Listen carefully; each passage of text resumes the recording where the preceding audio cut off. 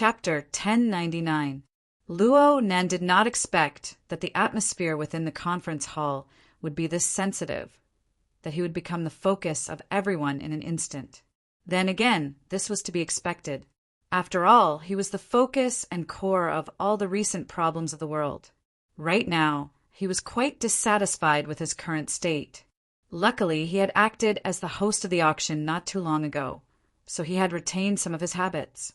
He raised his hand and used a familiar tone to greet everyone.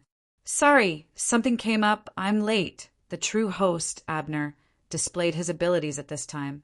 He revealed a smile and chose a not-so-neutral form of address. Everyone knows the reason why Professor Luo is late. It really is an unstoppable force. Who said that? Didn't we just endure it? A fellow spoke in a roundabout manner. It seemed like he was targeting Abner, but it was also a bit provocative to Luo Nan. In short, it was a tone that made both sides unhappy. Xiao Sato is an old lecherous man. Blood Demon promptly reminded him from the side. He holds the title of Deputy Secretary General of Headquarters, but he actually walks closer to the capital side. I know, he's always been neither lecherous nor masculine. Luo Nan knew that this fashionista had never gotten along with Her Majesty Empress Wu. He didn't play a good role in the appraisal meeting last time either. Luo Nan only cared about recognizing people. He didn't care about anything else. Abner acted as if he didn't hear anything. He signaled for the Secretary General behind him to step forward. Romanus didn't speak. He didn't have any expression. He just sent Luo Nan a draft of the meeting minutes he had done earlier through the conference system. Luo Nan raised his head to look at this extraordinary, whose name sounded a bit similar to his own. He had heard of Romanus before. He was one of the new extraordinaries in recent years. He was said to be an astute and low-key fellow. Now it seemed that he really was low-key. "You guys chat. I'm going to take a look." These weren't polite words. Luo Nan still needed to adapt to his new environment. He definitely wouldn't have received this treatment before tonight. He would have been greeted with questions the moment he entered the conference hall. Now he took the initiative to withdraw from the focal point. It was as if he was giving face. What Luo Nan needed to do right now was indeed related to face. He needed to clearly distinguish the faces and basic information of these extraordinaries who stood at the peak of the world. Truthfully speaking, there were over 100 people in this high-level conference, including the spectators. For Luo Nan, who wasn't good at interpersonal relationships, it was a bit difficult to clearly remember so many faces. At this time, you need a deck of cards. Blood Demon sent over an electronic file. It was a copy of the classic extraordinary poker card set that he claimed he was going to release. Yes, it was the version that included Gong Qi and Jin Tong. He flipped through it and found that the index was quite complete. After a brief search, he found out that Romanus was the 2 of spades. He belonged to a more comprehensive or dominant extraordinary. Sasito, on the other hand, was the 3 of clubs. He was a classic psychic. Not only did Blood Demon provide the information, he also took on the responsibility of explaining. Basically, the circle in the middle of the round table is arranged according to the 16 strongest extraordinaries. Of course, some people basically won't appear in this kind of occasion, so it's only natural that there will be more and more people. Just as Blood Demon had said, there were 2 criteria for the strongest 16. One was to include all the Flower A cards and character cards, and the other was to slightly relax the criteria and also include the number 10 card for even goalkeepers. No matter which criteria were used, the core area of the round table was occupied by these 16 to 20 people in this highest level meeting. The other people's seats were more random. Plus, this was a virtual venue. Everyone here wasn't a primary school student, so the seating arrangement was even more chaotic. Under Blood Demon's intimate explanation, Luo Nan immediately gave up on the delusion of recognizing everyone. He just looked at the card deck and examined the people in the core circle first. It didn't matter if there were 20 people or 16 people. Not everyone was present. Luo Nan counted. There were only 18 seats in the core circle, but there were only 13 people, including himself, that was all. The Ability User Society occupied a considerable portion of these people. Abner, the current president of headquarters, the convener of the meeting, the host, and the king of spades.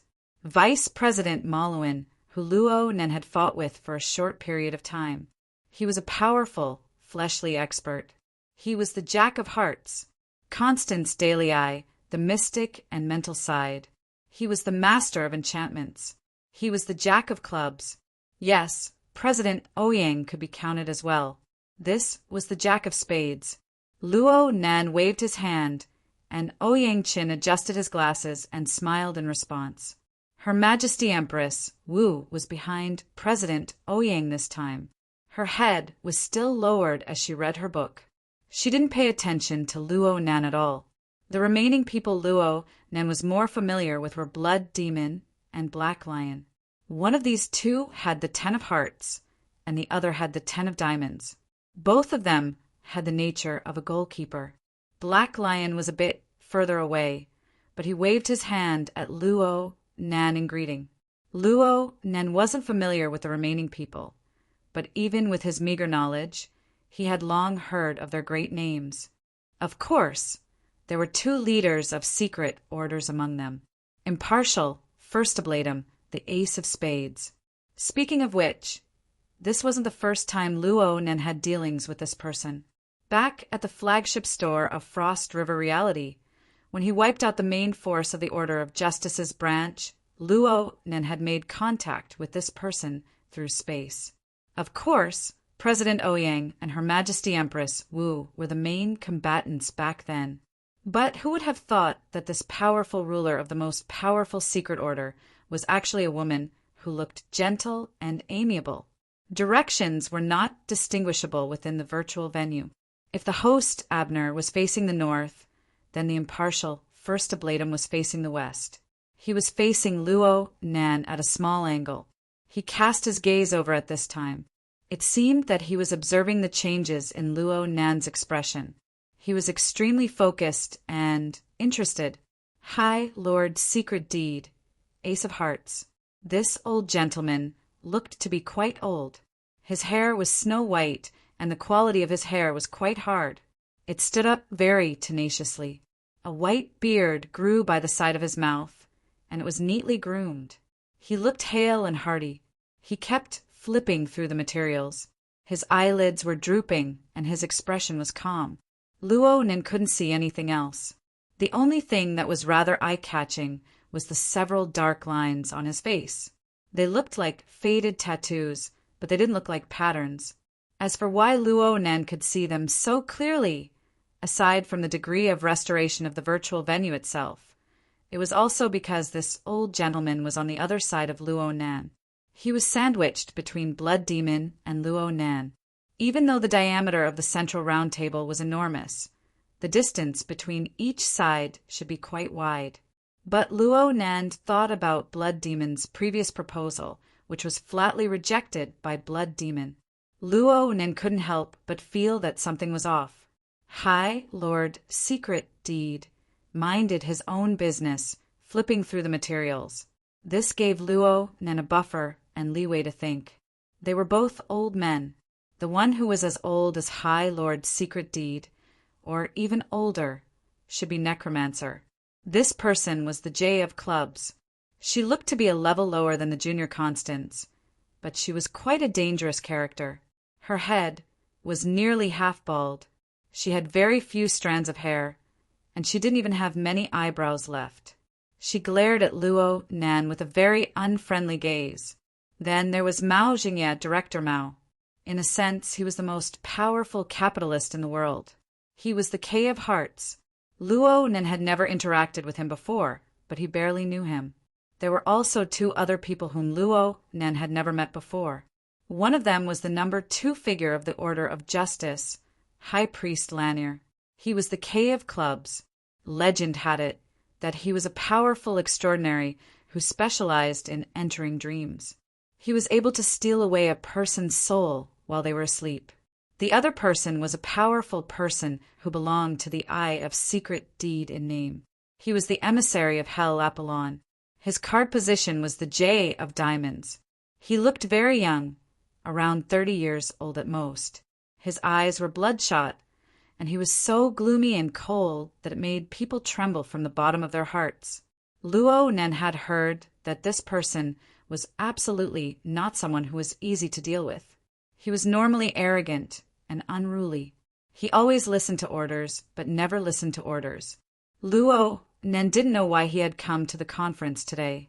As for the few people who didn't come, Luo Nen flipped through the deck of cards. He determined that they either belonged to the Star Alliance and the military, possessing the nature of public authority. This included Lieutenant General Joseph, the cornerstone of the Aerospace Army, and Dongsheng, who had been overseeing in city for many years, and the retired high-ranking officer of the Star Alliance by Hao. They could come or not come, or they were powerful people from the wilderness who would never participate in the conference. This included the Clown Robbie, the formidable Rust Steel of the Northern Territory. Oh, and there was also Poseidon. As for the true gods and the Pope, they didn't come today. That was a different story. While Luo Nan was sizing up these people were sizing him up as well. These people weren't the only ones sizing up Luo Nan. No matter what Luo Nan said just now, he was still the focal point of the entire venue. The heated discussion from before did not come back to life because of his suggestion of everyone continuing. The venue returned to silence once more. It was hard to stir up any more waves. There was no other direction other than to officially proceed. Only now did Luo Nan have the leisure to look at the agenda. The first two items on the agenda were related to Gong Qi, the search for the murderer and the filling of the power vacuum after Gong Qi's death. Both of them could be considered resolved. Next was the third item, the seemingly academic item proposed by Lord Secret Deed. Luo Nan's gaze shifted to the side. Lord Secret Deed was still flipping through the documents in his hands. He was calm, focused, and solemn. Abner began to push forward. Then we will now move on to the third item on the agenda. Lord Secret Deed, please inform us of the latest observations and research results of the abyssal region. The data inside corresponds to the special nature of supernatural powers. It is highly specialized and exceedingly precious. The relevant documents have already been sent to everyone before the conference. Do you still want to read them? Abner displayed an exceptionally respectful attitude, even though the two were about the same age. Lord Secret Deed shook his head slightly. There's no need to read them. Those who are interested will read them. Those who aren't interested won't read them. You won't understand them even if you read them. Professor Luo, have you read them? Luo Nen never expected that his first conversation with Lord Secret Deed would be like this. He blinked his eyes. I read a bit, but not in detail. Yes, it's as you said. I really don't understand them. For example? Lord Secret Deed inquired. Luo Nen shot a glance at Blood Demon.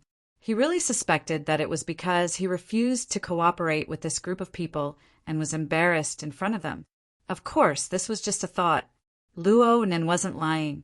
Under Blood Demon's strong recommendation, Luo Nen really did find the time to look at Lord Secret Deed's draft motion. He had a memory of the continuously changing trends of the abyssal region, as well as some numerical descriptions. It was precisely because it was too numerical that it made it hard for him, and probably the vast majority of people, to have an intuitive impression of it. Luo Nen laughed.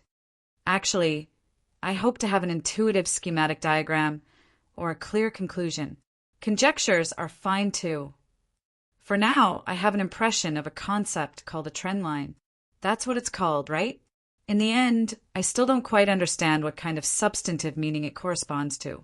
It corresponds to the relationship between the aberration process of the Earth's biosphere and the change in a certain amount of radiation in the abyssal region.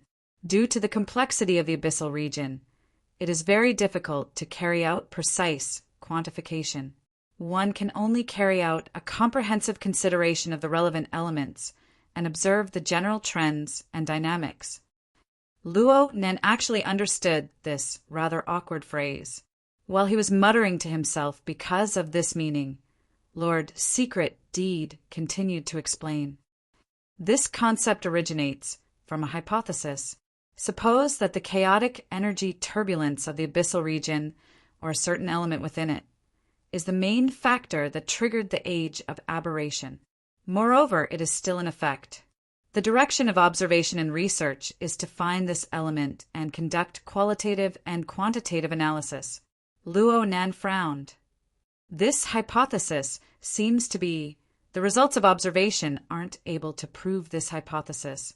However, we have indeed discovered a subtle correlation between the intensity and nature of the energy turbulence of the abyssal region and the current aberration process. The amount of radiation in the abyssal region has increased, and the rate of aberration infection in the Earth's biosphere has also increased. The trend line has increased. The amount of radiation in the abyssal region has decreased, and the rate of aberration infection has also begun to decrease. The trend line has decreased. There is a clear positive correlation. It's just that we aren't sure which is the cause and which is the effect. In particular, if we believe in the logic that the exhaust emissions from the breathing of humans and livestock will cause global warming, then it will be even harder to distinguish the position of cause and effect. The master of the secret deed spoke unhurriedly. He took care of the priority and urgency extremely well. It was very easy for people to understand the key points within his words. Luo Nan immediately knew that this old gentleman was more inclined to believe that the changes in the abyssal region were the cause and the aberration was the effect. It was just that he didn't explicitly state it due to his strictness. The perfectly good agenda inexplicably turned into a private conversation between the master of the secret deed and Luo Nan. However, the people present were able to accept this mode. Any situation that made it convenient for them to observe and examine Luo Nan was acceptable. Needless to say, the master of the secret deed touched upon the two explosive topics of the abyssal region and aberration. Luo Nan's interest was piqued. Let's not talk about the observation of the abyssal region, the aberration process of the Earth's biosphere. How is it quantified? Of course, it's the number and spread range of the aberration infected. Blood Demon opened his mouth to speak in support. He exposed his position in an instant. The number. Is there any data? The statistical data is basically reliable. Blood Demon answered, but he himself wasn't too sure. After all, the current research on aberration was not deep enough. Traditional statistical techniques and sample selection might not conform to reality. Luo Nan didn't pursue the master of the secret deed. Mathematics wasn't his strong suit. He simply raised a question. Speaking of which, looking at the master of the secret deed's appearance, he didn't really want to give him or the other extraordinaries present a course in statistical analysis. Everyone was very realistic. It was just as Luo Nan had said before. They just wanted to hear the conclusion. Guesses were fine. Then the performance of the trend line is... Luo Nan was suspicious of asking a question he already knew the answer to. It continues to rise. The master of the secret deed raised his head. His gaze started from Luo Nan's face, sweeping across the entire round table and even the venue. The data for this material only ends on the 31st of December, 2096. In fact, since the beginning of this year, the trend line has completely entered an exponential growth mode. It behaves more and more like a virus that has gone out of control. It should be said that the range and quantity of the infection have already gone out of control. Is there any clear evidence? Abner asked with a frown. The master of the secret deed didn't respond. But on the other side of the master of the secret deed, the young white man who had been sitting quietly all this time, the emissary of hell, Apollon, casually raised his hand. Here. Mr. Apollon? Abner's frown deepened. Apollon raised his head. His eyes were like burning charcoal. radiating a heat that made one's heart palpitate. His words were ice cold to the bone. The measurable infection rate of the citizens has exceeded 10%. It has exceeded the scope of control. Starting today, City will abandon all measures to control the aberration infection. This will save medical and survival resources to deal with the following events. That's all. Chapter 1100. The conference hall was a bit numb for a time. There were quite a few people who needed to adjust their state of mind in time. Many people had seen Lord Secretdeed's proposal, and they had watched the exchange between Lord Secretdeed and Luo Nan as if it were a lively event. The impact was not that strong. After all, they had experienced similar scenes many times. In recent years, both the inner world and the secular world revolved around the problem of distortion. They carried out in-depth discussions and even attacked each other. Some people said that the distortion continued to deepen. Some people said that the situation was turning for the better. Everyone had their reasons, and everyone had their reasons. There had never been a clear winner. Including the group of extraordinaries present, most of them still viewed the problem of the aberrations as a politicized operation of an academic problem. Throughout the year, they wished they could say that the aberrations had gone out of control at least once a day. It was nothing more than a way to fight for resources and guide them in the right direction. Over the years, from top to bottom, this was basically how things had been played. It had become a routine. But at this time, someone suddenly said, "The wolf is really here." Even if the wolf's bloody maw was right in front of their faces, everyone had to rub their eyes, right? Most people shifted their attention to Apollon for the first time ever since Luo Nan arrived at the conference hall. This powerful genius called himself the emissary of hell. Actually, if Luo Nan hadn't created so many explosive topics in the past few hours, Apollon's participation in the summit conference would have become quite the explosive point. This young extraordinaire was born in the new continent and had been involved in gangs since he was young. He had a wealth of experience, and his methods were ruthless. He had made countless enemies, but none of them were his match. He had once single-handedly founded a secret order, the Apocalypse, and was honored as the Son of God. Perhaps the Son of Satan? His title wasn't important. What was important was that he was a true awakened talent. His talent was so great that no one knew when he became an extraordinary. Apollon's greatest achievement so far was to unite the gangs, vagrants, and other messy fellows of the new continent. He used messy methods to gain substantial control over Eagle City in the south-central part of the new continent. He renamed it Armageddon Town, and the battlefield of the legendary Armageddon War was shortened to Ha City. It was also the world-famous City of Sin. The Star Alliance Committee actually pinched their noses and accepted it. Perhaps that place wasn't any better to begin with. It was also possible that the High Lord of the Secret Contract had promptly challenged him and won the battle, putting the reins on him. No matter what was said, Apollyon himself was a top-notch extraordinary in the inner world. In the secular world, he was also a world-famous great demon king and great dictator. His enemies were countless, and his fans were also innumerable. The announcement made by the Grand Governor of Ha City was no different from a formal administrative order. Regardless of whether it was the reality of the infection rate or the follow-up policies, both left the participants with basic knowledge of social governance speechless. Even the host, Abner, was taken aback. He was one of the most powerful people in the world, and he was also good at using his power. The information he had was a level higher than most of the people present. He knew a little about the situation in Ha City, but he didn't expect Apollon to reveal it so openly. Moreover, the data that was exposed was much worse than what he knew. Because of this, Abner had to bite the bullet and confirm it. "Mr. Apollon, this is a very serious matter. Although this isn't the Parliament or the administrative department," Apollon's eyelids drooped, and he didn't respond at all. It was as if he had come to the meeting today just to say that. Abner wanted to say more, but at this time another voice rang out. It came from a seat behind the High Lord of the Secret Contract. Mr. President, may I say a few words? Abner looked over and saw one of the three extraordinary in the old subcontinent, Bat Guru. This skinny, middle-aged man, who looked like an ascetic monk, presided over Tin City.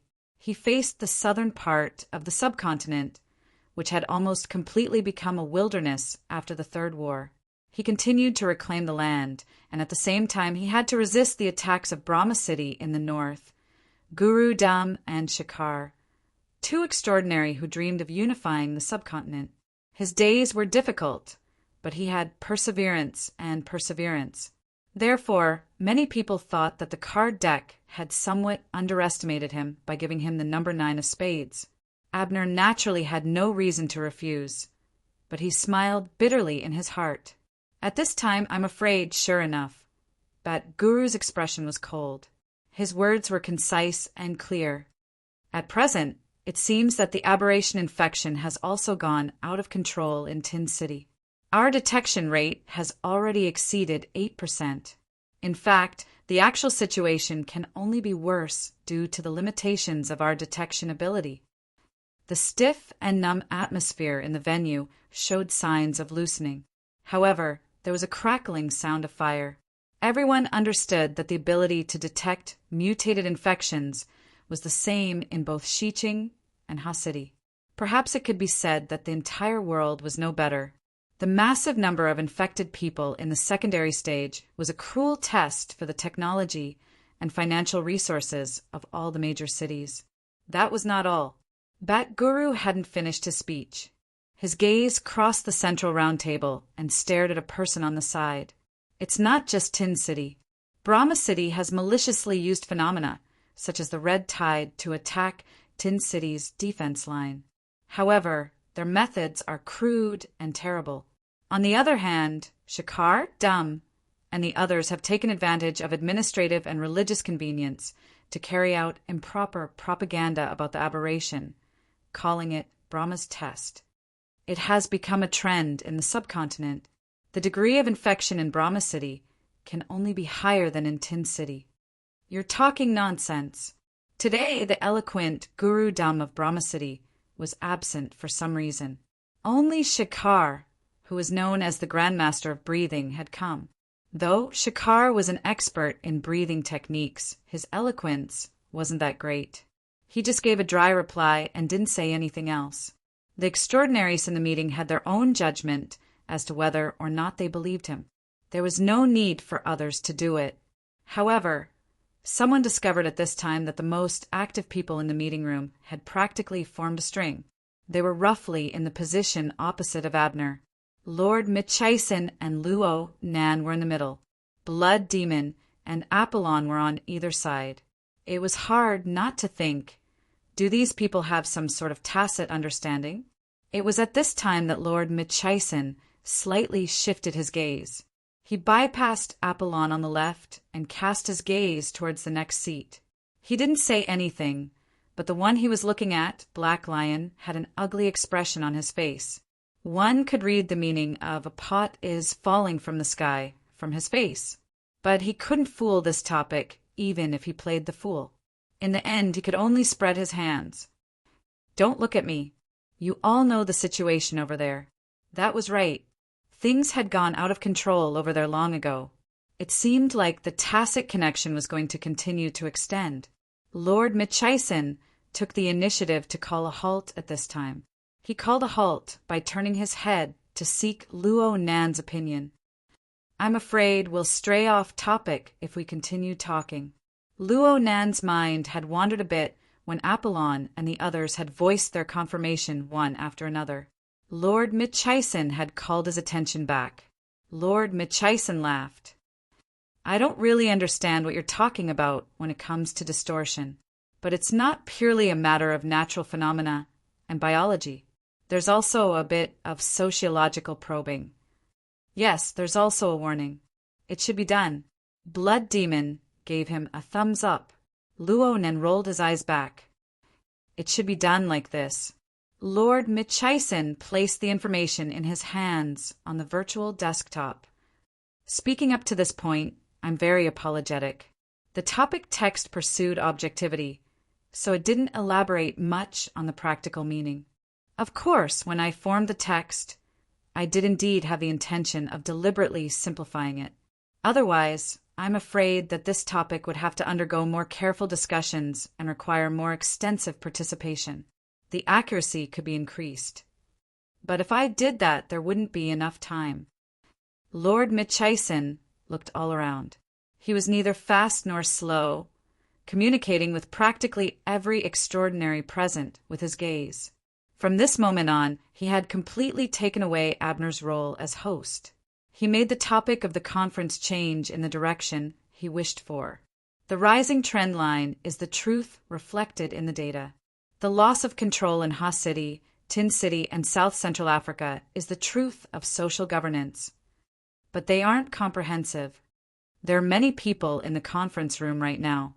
It can still be said that the loopholes in the defense lines of relatively backward and chaotic regions aren't much.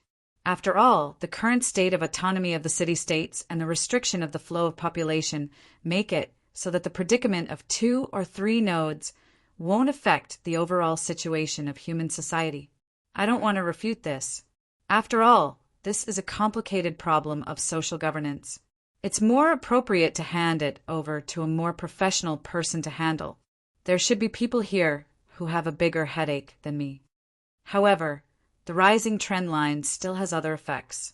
It affects us, ability users like us, and there aren't any defense lines or nodes because it directly affects us. Almost as soon as Lord Mitchison finished a sentence, Wan Lu Hua, who had been sitting quietly in the area directly behind him, spoke in a timely manner. Since the second half of January, the 4th phase of the Grandmaster of Combat project that I'm hosting has reached 7 people with physical awakening.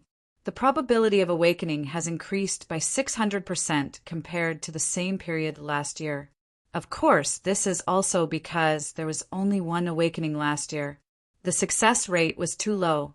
However, the period from January to April is indeed the period with the highest number of awakened people since the establishment of the Grandmaster of Combat project. The frequency of their appearance has even exceeded that of the original Golden Period. At the same time, in the collaborative project with the military's Team AB, a new round of experiments has a high chance of helping a burner become an extraordinary. The results will probably be out in the first half of the year. Is it Tian Bang? Someone asked. Wan Luhua did not explicitly state it. He directly summarized. Compared to the previous 3 phases, our training method has improved, but it isn't decisive. We have to consider the influence of the external environment. Isn't that a good thing? Marlin, the first vice president of the association, joked with Blood Demon. It's just that the release date of the new edition of Deck of Cards has to be pushed back. Do you have the cash flow? Blood Demon replied with a chuckle. Lord Mitchison's fingertips lightly tapped on the table, just like in the real world. In the midst of the tapping sound, he said softly, "That's the good side." However, the spiritual side that is more closely connected to the environment of the abyss, especially the spiritual side of the architect and above, doesn't seem to be that ideal. Don't you feel it?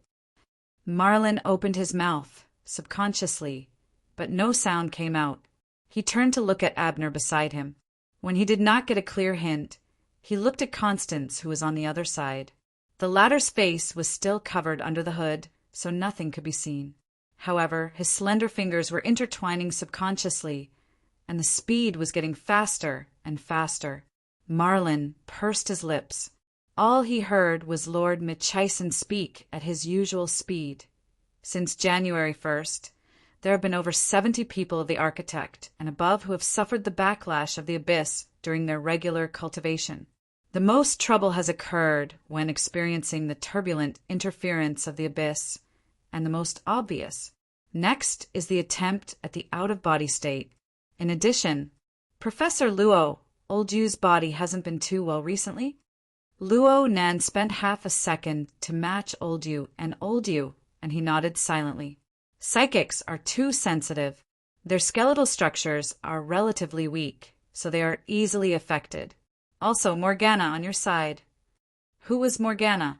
Luo Nan was baffled when he saw the death shaman's gloomy and miserable gaze shoot over. Oh, it's this one. The death shaman did not speak, but under these circumstances, not speaking was a tacit agreement. It was a bit far-fetched to talk about the cultivation data of the architect and Oldue, but when it came to the death shaman, with his status as an extraordinary, the nature of the matter was completely different. Noise gradually rose in the conference hall. During this time, another person asked a question. It was Mao Zhenya, who sat diagonally across from Luo Nan, to the side of the empty seat of the Pope of the 100 Gatherings. The Lord has been emphasizing the point of January 1st because of the light of the polar domain. Lord Secret Deed answered as if it was a matter of course, and Luo Nan's eyelids twitched a bit. However, what the High Lord of Secret Deed said was completely different from what Luo Nan first thought. The first light of the polar domain occurred in the early 50s of the century. To be precise, it should be in the year 52. Lord Secret Deed asked for the opinions of others. The only people present who could respond to him were Abner and the death shaman. The death shaman looked at him with cold eyes, but Abner nodded. It was in the year 52. It's just that the inner world had yet to take shape at that time. The cultivation of ability users had just begun, so there weren't many who could sense it. There were practically no living ones. Abner subconsciously looked at Luo Nan when he spoke to this point. Gong Chi, who had once experienced it, had been erased by this person. Lord Secret Deed nodded slightly. From then on, from my personal experience, Earth really did become more and more suitable for cultivation. It wasn't just because everyone had free time after the war. Another 7 or 8 years passed. It was the year 59, right? In the year 59, Morgana, you psychics were the first to discover the abyssal region. Then people like me also came into contact with it. The death shaman's stiff, wrinkled face twitched for a moment. That was definitely not a good memory for her. Lord Secret Deed also sighed with emotion. It's truly marvelous. Why is there such a level and such a form of power? It easily swallowed up ignorant people. Yet it pushed us to knock on the threshold of the limits of the human body. Did it always exist while we were ignorant? Or did it only complete its primitive accumulation at that time and truly appear? Chapter 1101. No one could answer this question. The High Lord of Secret Deed did not expect anyone to give him an answer. He just continued to speak unhurriedly. The Abyss region is already like this, let alone the polar domain. In fact, if it wasn't for the first light of polar domain incident, how would ignorant people like us know that outside the Abyss region there was such a seemingly pure and illusory, yet obscure and unexplainable level? Most of the people present were distressed. This was especially so for the spiritual type, transcendence. Basically, they could break through the influence of the turbulence of the Abyss region and enter the polar domain. In fact, this was one of the most advanced techniques when fighting against opponents of the same level. It was very difficult for the power stirred up in the Abyss region to effectively affect the polar domain. Although the structure of the polar domain itself did not possess direct power, it was especially easy to cause resonance in the Abyss region, achieving the effect of unifying thousands. However, the polar domain was illusory and difficult to rely on, let alone the structure. There were very few who could achieve this. Because of this, when Luo Yuan's dimensional crossbow appeared, even if he had never been known for his extraordinary power, he was immediately promoted to the top of the transcendence. In any case, the polar domain represented the highest level of the inner world, whether it was in cultivation or research. Although this field of research was intentionally or unintentionally put aside most of the time, the High Lord of Secret Deed continued this practice and did not put too much effort into the polar domain. Soon, he returned to a more realistic scale. In the next 40 years, the number of ability users grew steadily, and the number of architects who could use the power of the Abyss region also continued to increase. With the architects, there were transcendents who could break through the limits. This was a seemingly smooth upward curve. This process is not reflected in today's meeting documents. It is true that we did not have effective observation conditions and quantification methods in the early days. What I have said is just speculation. It is just that this speculation is more in line with my intuition. I think everyone here feels the same. No one refuted, so the High Lord of Secret Deed continued. We can say that since the appearance of the Abyss region, it has maintained a relatively stable state of interaction with the real world for a long time, in a plateau period.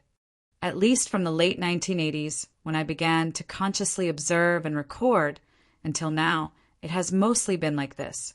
There have been a few small fluctuations in the middle, but almost all of them corresponded to specific events. This kind of artificial disturbance, to put it bluntly, is just a slightly stronger noise and has almost no effect on the trend line. Until January 1st of this year, when the second light of the polar domain appeared. The participants exchanged glances subtly or exchanged information directly under the table in other ways. Unexpectedly, the High Lord of Secret Deed added another sentence. Perhaps the white nightmare from 10 days ago should also be counted in as well. Luo Nan blinked. There's also a daytime nightmare. Many people's interest rose once again. Speaking of the light of the polar domain, it was true that the level of the incident was extremely high, and it had also caused quite a bit of disturbance in the inner world. But after all, it was something that had happened almost half a year ago. In terms of freshness, how could it compare to the daytime nightmare incident that had stirred up more than half of the earth? Death, which did not have to act, her drooping eyelids were also half closed. She squinted her eyes and stared at him. Daytime nightmare. Have you figured out the source? No, I didn't. Its origin and related mechanism of action were not so easy to confirm. Now we can confirm two things. The first is the impact on the spiritual level. Of course. The second is that it didn't go through the amplification and bonus of the Abyss region. It also didn't have any obvious external effects. It directly burst forth from within the sea of consciousness. The High Lord of Secret Deed spoke, but he looked at Luo Nan. According to Professor Luo's cage theory, the sea of consciousness is nothing more than the interaction between the self-cages of humans. There is nothing else besides this. According to this theory, such an intense impact couldn't have been a consciousness resonance of all the humans of the entire world. Right? Luo Nan laughed, but he did not give a clear response. It was impossible for him to explain to the group of extraordinaries present that it was because he had accidentally triggered the enormous information of the Sunwheel Extreme Prison. He himself was unable to bear it, so he opened the floodgates to release the floodwaters from the hidden dropper buried in the spiderweb of the altar. But at this time, a similar thought inevitably emerged in his mind. Is this old man targeting me because he failed to cooperate with me? The High Lord of Secret Deed didn't really want Luo Nan to explain. He just spoke his own opinion. If it wasn't resonance, then the so-called daytime nightmare was certainly an external effect. It was just that the source of the light of the polar domain could be barely confirmed. Its method of use was more hidden. Of course, it also possessed the power to shake the world. The daytime nightmare can affect billions of living beings on the planet at the same time. The light of the polar domain can reach far and wide. It can radiate all the way to Europa's forward operating base and even the distant starry sky.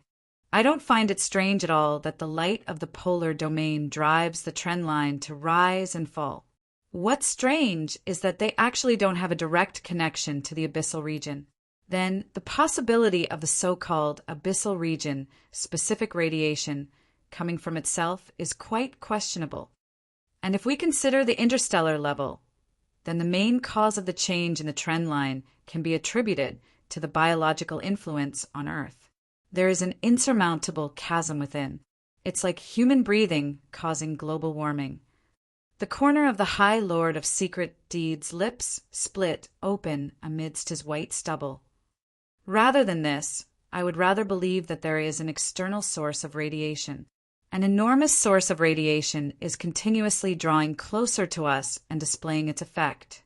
All right, the High Lord of Secret Deed wanted to directly overrule the abyssal region, specific radiation, and the abyssal region, specific radiation. He wanted to determine them as the result and not the cause? Or could it be that he was just more interested in the source of radiation? At this moment, even though the High Lord of Secret Deed was the main character, at least half of the people in the venue turned their gazes to Luo Nan.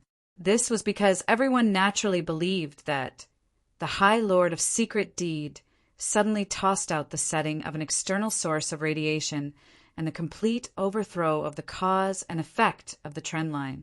It simply pointed to the new plane behind Luo Nan. Luo Nan frowned. But it wasn't because the theory of a source of radiation was seriously disadvantageous to him. It was because of another reason. Blood Demon didn't know what Luo Nan was thinking. He gave Luo Nan a meaningful glance in the venue and sent him private messages under the stage. Listen down!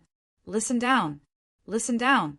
Luo Nan's brows slightly relaxed as he smiled at Blood Demon, but he soon retracted his smile.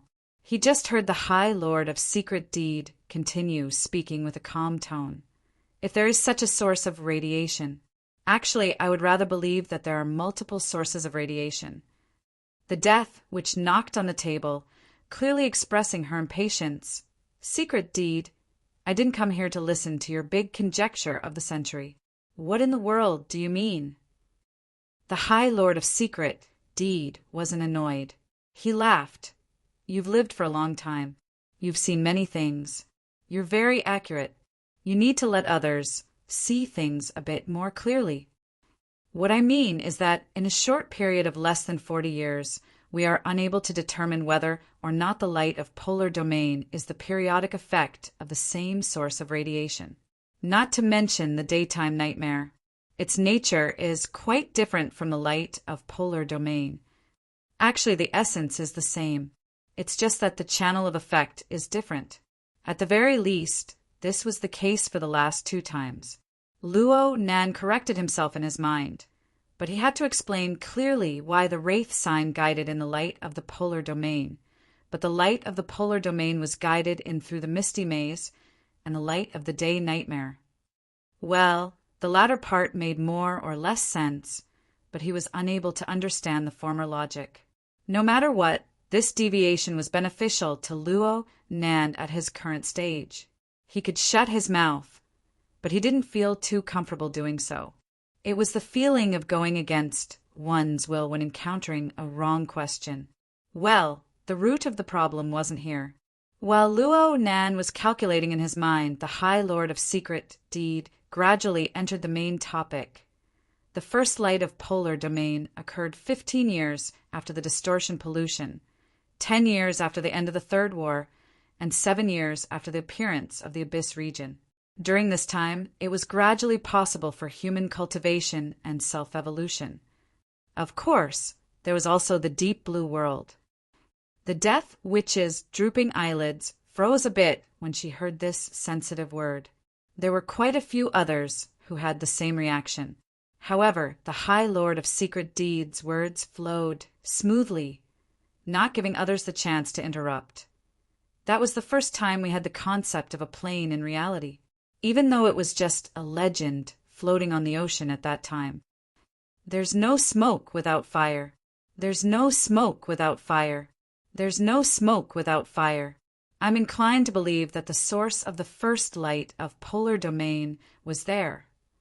As a plane of space-time, the node of its appearance is extremely close to the origin of the distortion. It also overlaps with a series of subsequent events. More importantly, it has this mass. Of course, this is just a guess.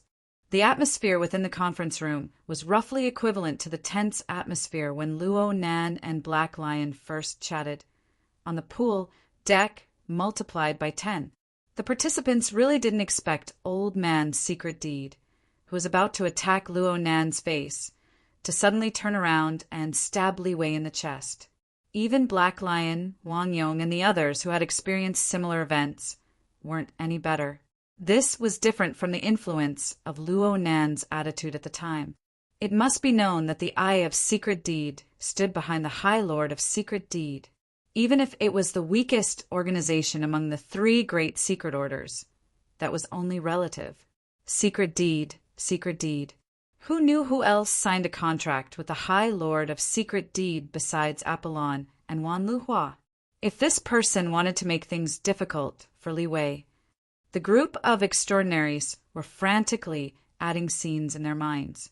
The High Lord of Secret Deed floated over in the next second. As for the second light of polar domain at the beginning of the year, the deep blue world and the local spacetime have already been anchored to completion. It has been relatively stable in recent years, so the possibility isn't high. But there are others. For example, Professor Luo's new plane. Luo Nen furrowed his brows and pondered for a long time. He raised his head to glance when he heard someone mention him, but he didn't respond. The High Lord of Secret Deed skipped over again. But there are many other things that point in the same period. For example, the research that I and a few friends jointly invested in. It involves the species in the wilderness surrounding Spring City and Xia City, as well as the changes in the space-time environment. There's also the Gate of Truth that the Order of Justice once clamored about. I don't know if these recent hot topics point to one place, two places, or multiple places, but they can indeed serve as a few omens. They can strengthen the possibility of the idea of an external source of radiation. All right, this was very objective and fair. The participants were alarmed for no reason. Then, again, why was everyone so sensitive? Why did they think of the possibility of falling out with Li Wei at every turn? Also, why did High Lord Secret Deed drag Abner back to the topic that he had just avoided with great difficulty? In the end, who was on the same side as who? And at this time, Blood Demon, who was clearly suspected to be an accomplice, opened his mouth once more. He clicked his tongue repeatedly. "Old man, you're getting old. You're getting more and more wordy. After listening to you for half a day, you've deviated from the main topic. I clearly remember that you were talking about the distortion going out of control. In the end, after talking for so long, it seemed like you were trying to find the source, but the result is still so unclear. Give me a solution." Blood Demon's technique of playing the supporting role was quite stiff. He forcefully pulled the topic back. However, this indeed represented the thoughts of a considerable portion of the participants. Amidst the discussions in the venue, Mao Jingya, Chairman Mao, frowned and said, "My lord, do you mean to investigate the source of the radiation and see if it's a new plane or something deeper? But this doesn't solve the real problem." As the world's most successful extraordinary businessman, Mao Jingya's thoughts were clear and sharp. So what if we can find the source? A radiation source that could change the Earth's environment could be considered a so-called plane for the time being. It could not be pushed away or sealed, let alone changed its nature. So what if it was found? This is a threat similar to the Great Ice Age or the impact of asteroids. Can humans avoid or reverse such threats with their current development? Of course not. Lord Secret Deed answered calmly. He even added, "Actually, the possibility of the distortion going out of control is the cause of all changes up until now. It can't be said that it's completely impossible." Death, which sneered, "Then what the hell is this long list of things?" Lord Secret Deed faintly smiled. He was about to speak when someone raised his hand. Such a habitual action could only be Zio student Luo Nan. "How about I say a few words?" Luo Nan's voice wasn't loud, but his gesture of raising his hand was a bit more eye-catching. When the participants saw and heard these things one after another, the noise within the venue clearly subsided. Soon it was completely erased. Then the silent and dense atmosphere continued to persist. At this moment, many people felt a sense of déjà vu before their eyes. A similar feeling was only completely broken when Luo Nan spoke once more. Luo Nan didn't exchange pleasantries. He didn't wait for Abner, the nominal host, to signal. He directly spoke. I feel that I need to say a few words. The distortion must be dealt with, and the radiation source must be investigated. We are unable to push it away, but we must study it, adapt to it, and even use it to complete our cultivation. We must allow this new era to continue. This is how it should be. But the crux of the problem right now is something that everyone seems to have overlooked. The radiation that stirred up the abyss region and induced the supernatural power does indeed have a certain correlation with the current situation of the distortion going out of control. But are they really related? Is it like what Lord Secret Deed said? Is it a true cause that brings about a double result? Or is it a coincidence that it happened at the same time? Or is it someone's deliberate design to confuse the public? Can you guys deny this possibility? Luo Nan looked around the venue. He was unconsciously like Lord Secret Deed. He made eye contact with all the participants. He didn't have the time to discern the details in everyone's eyes. He just needed to let these people understand his meaning. At the same time, he deliberately enunciated his words. Let me put it more clearly. Are the abyss region and the distortion really related? Are the changes in their trends really caused by the same cause? I think not. Chapter 11:02. Luo Nen withdrew his gaze the moment he expressed his negative attitude. He turned to look at his fingers, which were still flexing and extending. It was as if he was gesturing with something, but it was also as if he was grasping something out of thin air. It made people feel as if his words had become a complimentary gift at this stage. The entire audience remained silent under this careless attitude. Only Luo Nan's voice reverberated back and forth.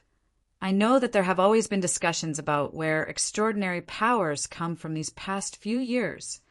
Today, I just found out that someone gave the external environment and key conditions that led to this phenomenon the name of the X factor. I talked about this topic a few hours ago. I don't want to repeat it now, so I'll directly reveal my attitude right now. The sudden appearance of human extraordinary powers really doesn't seem like a natural phenomenon. It doesn't seem like the stimulation of some inner potential. Humans are weak existences. Creatures with low perception occupy too narrow a range on the spectrum of life in the universe. It's not that easy to realize rapid self-evolution and renewal. Speaking of this process, there exists a key external X factor. Whether it's the source of radiation or some other reason, I'm not the least bit surprised. I can completely accept it. But just this extraordinary power alone, or perhaps rapid self-evolution in itself, its achievements are highly orderly. It is orderly to the point that it conforms to the requirements of human self-consciousness interference. You must know that before the era of distortion, the frontline theoretical research results of the objective world had clearly produced a larger and larger crack with human intuition and experience. It doesn't make sense that the world would suddenly become a slave to human consciousness after a few years. The reason why this is so is that I'm willing to believe that a certain existence used a black box design to bridge the crack between the mental world and the real world. It built the coupling conditions between the mental and the material, allowing self-cultivation to conform to the instinctive tendencies of humans. At the very least, it was to the point of changing the course of human civilization. At least half of the reason why Luo Nan was careless was because he needed to organize his words. Even so, he still used a few self-made words and borrowed words that were in line with his own habits. If he were to use them in a published thesis, they would certainly not be rigorous. But everyone present here stood at the peak of the evolution of life on Earth. Even though there were differences in intelligence, their intuition, which was rooted in talent and cultivation experience, was at the peak. They were able to form a high degree of agreement with Luo Nan. They could understand Luo Nan's meaning. Luo Nan's words of just finding out weren't worth mentioning to them, but many people were quite interested in the idea of the so-called black box design. It was not that the theory was novel, But for the idea to be implemented, the support of the power behind the design would rise to a level far beyond the current extraordinary power structure. It was not like a research discussion, but a brainstorming or a description of a ridiculous dream. But why couldn't he help but move closer to that side? Among the extraordinaries in the conference hall and some of the spectators, a portion of them had a relatively clear understanding of their own state of mind as well as the basis for their changes. There were also some who were confused purely on the basis of their senses. Everyone had different thoughts. There were subtle differences in the gazes they cast at Luo Nan. Luo Nan was vaguely aware of this. He raised his head again, but at this moment many people subconsciously avoided his gaze. He should be a god then. At this moment, Blood Demon sighed, but his voice rose in pitch.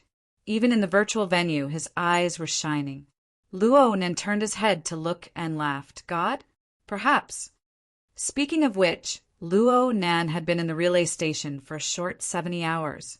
The fragmented information he obtained was not enough to support the entire black box design system. Even though he knew the name of this black box in the Heavenly Yuan Empire, it was known as the Heavenly Abyss Spirit Network. There was one more point that he was extremely clear on. It doesn't matter if it's a god or a miracle. This design itself is brilliant. Even if we only see bits and pieces of it before our eyes, we can still capture traces of rigorous clues. Rigorous? Clues? Take it out and let me see. There were people who were interested, and there were people who silently cursed. There were quite a few people in the conference hall who curled their lips, but in the end, no one spoke. Aside from fear, there was also the fact that Luo Nan was drawing something in the air right after. The virtual venue possessed a corresponding demonstration mechanism. Everyone had long since understood Luo Nan's habit of drawing at the slightest disagreement. There were quite a few people in the conference hall who had studied all of Luo Nan's public lectures with great concentration. From the cage and configuration theory to the segmentation technique and superconfiguration theory of the past few days. Not a single lesson was missed.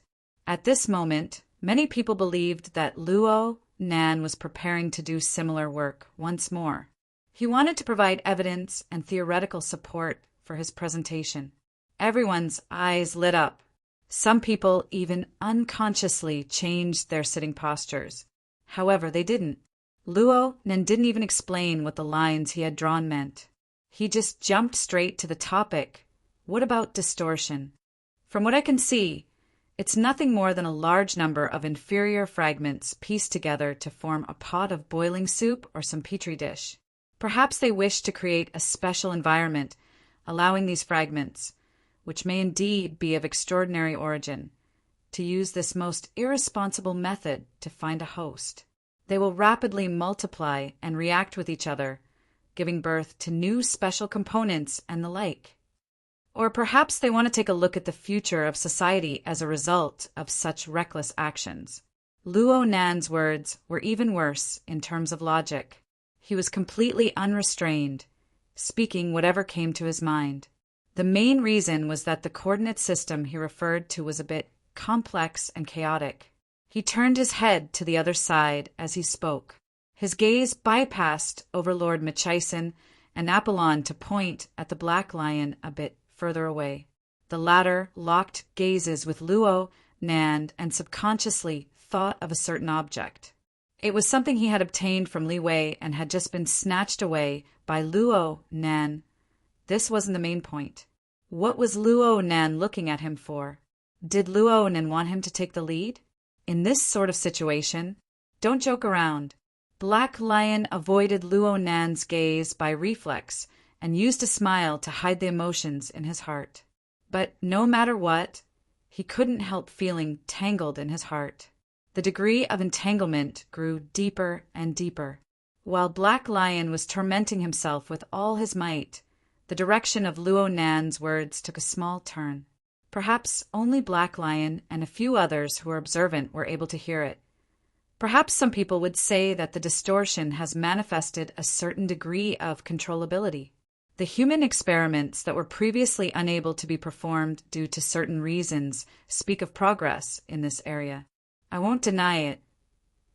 The experiments haven't been carried out, but I've been in contact with the relevant experimental products. They do indeed manifest a certain degree of regularity and controllability. But from what I can see, this is more like the filtering of the special rules of the environment, forming an orderly adjustment. In other words, the distorted element is also borrowing the current environment, borrowing the unknown X factor, to obtain order from the chaos. It has extended a winding path, and for the time being there is no end in sight. Isn't this great? Someone blurted out in the venue. Luo Nan looked over, and Black Lion was the same as him. He instinctively averted his gaze, but it still seemed like déjà vu. Yes, it was that Sir General whose position had always been erratic. His name seemed to be corny, and he had even participated in the identification conference last time. Luo Nan also smiled at him, purely acting as a supporting actor this time. Yes, it looks like there is a path, but I can't think that this can be allowed. This is because this is very likely to give a possible light. Yes, strictly speaking, it is a possible future with regularity and order. It is a seed of chaos. To put it simply, it is superfluous. Luo Nan's attention seemed to have returned to the venue during this time, but it didn't stop him from narrating and drawing. The space in front of him had long since been filled with countless lines and diagrams. Due to the full effect of light and shadow, it was nearly impossible to see his face clearly from the other side. Finally, someone couldn't help but ask on behalf of others, "Professor Luo, what do you mean by drawing these?"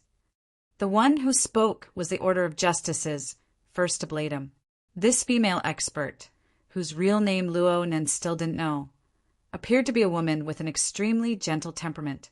She really couldn't be associated with being powerful. If Luo Nan hadn't personally experienced the level of strength that had clashed with the divine will of Her Majesty Empress Wu from tens of thousands of kilometers away, he might have believed it. Of course, this didn't affect his answer. "Your Excellency, first Ablatum, it's like this. I'm trying to use configuration to restore the effects of the distortion on the human body.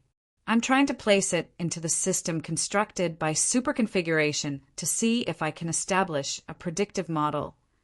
What do you think?" The first Ablatum of Justice carried a sense of curiosity.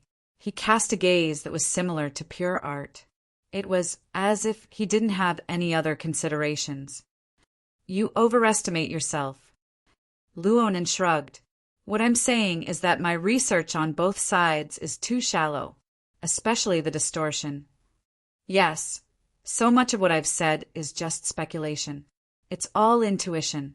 I'm already very grateful that everyone is willing to listen to me. It would be for the best if you could use it as a reference. So it's like this." The first Ablatum looked pensive. The others cursed silently. Since it's just a blind guess, where did that sort of attitude come from? Luo Nan was calm. It was true that he hadn't done the relevant research, but in his life experience there were more advanced examples that were clearly displayed in front of him. Yes, it was his experience at the relay station. From Luo Nan's perspective, the current situation on Earth was like a low-level reflection of the Heaven Abyss civilization, which was confined to the Hongguang star system. The Heaven Abyss civilization and the nefarious poison environment were engaged in a long and difficult struggle. It was like a low-level exercise or experiment. From Luo Nan's understanding, the destructive power of the nefarious poison environment was terrifying and incomparable. It was countless times more serious than the problem of the distortion on Earth. The survivors of the Heaven Abyss Empire were actually able to persevere under such a vile environment. They were able to endlessly improve and revise their own cultivation methods. From this perspective, the rampant distortion wasn't necessarily a hopeless situation. But the problem was that the existence of the nefarious poison environment had already warped the pace and space for the survivors of the Heaven Abyss Empire to progress. It was only the powerful accumulation of civilization from the Heaven Abyss Empire that helped them forcefully carve out a new path on the precipice. And the more and more frequent reforms in foundational techniques had reached the era of the relay station. It was unknown where the future would lead. Luo Nen could clearly feel the stubbornness and bewilderment from the bodies of Liang Lu and the others. If a similar scene were to be placed on Earth's civilization, even if the intensity was reduced by 1,000 times, it was still possible for one to fall to the ground and shatter into pieces. Luo Nan had considered this sort of situation when they were chatting on the pool deck, but he had no way of saying it. It was the same now. Luo Nan had yet to speak of a truly convincing reason up until now. He couldn't speak of the Heaven Abyss Empire and the like. There was still some real evidence, such as the reactor. It was best not to beat the grass and startle the snake before sufficient investigation and evidence was obtained. No matter how one looked at it, Luo Nan's statement was a bit empty, but it didn't matter. His attitude itself was the reason. The venue maintained a relative silence. Clearly, everyone was pondering, weighing, and perhaps they were even engaging in private conversations unknown to Luo Nan. This could be considered a good sign. In the end, it was Luo Nan who spoke once more.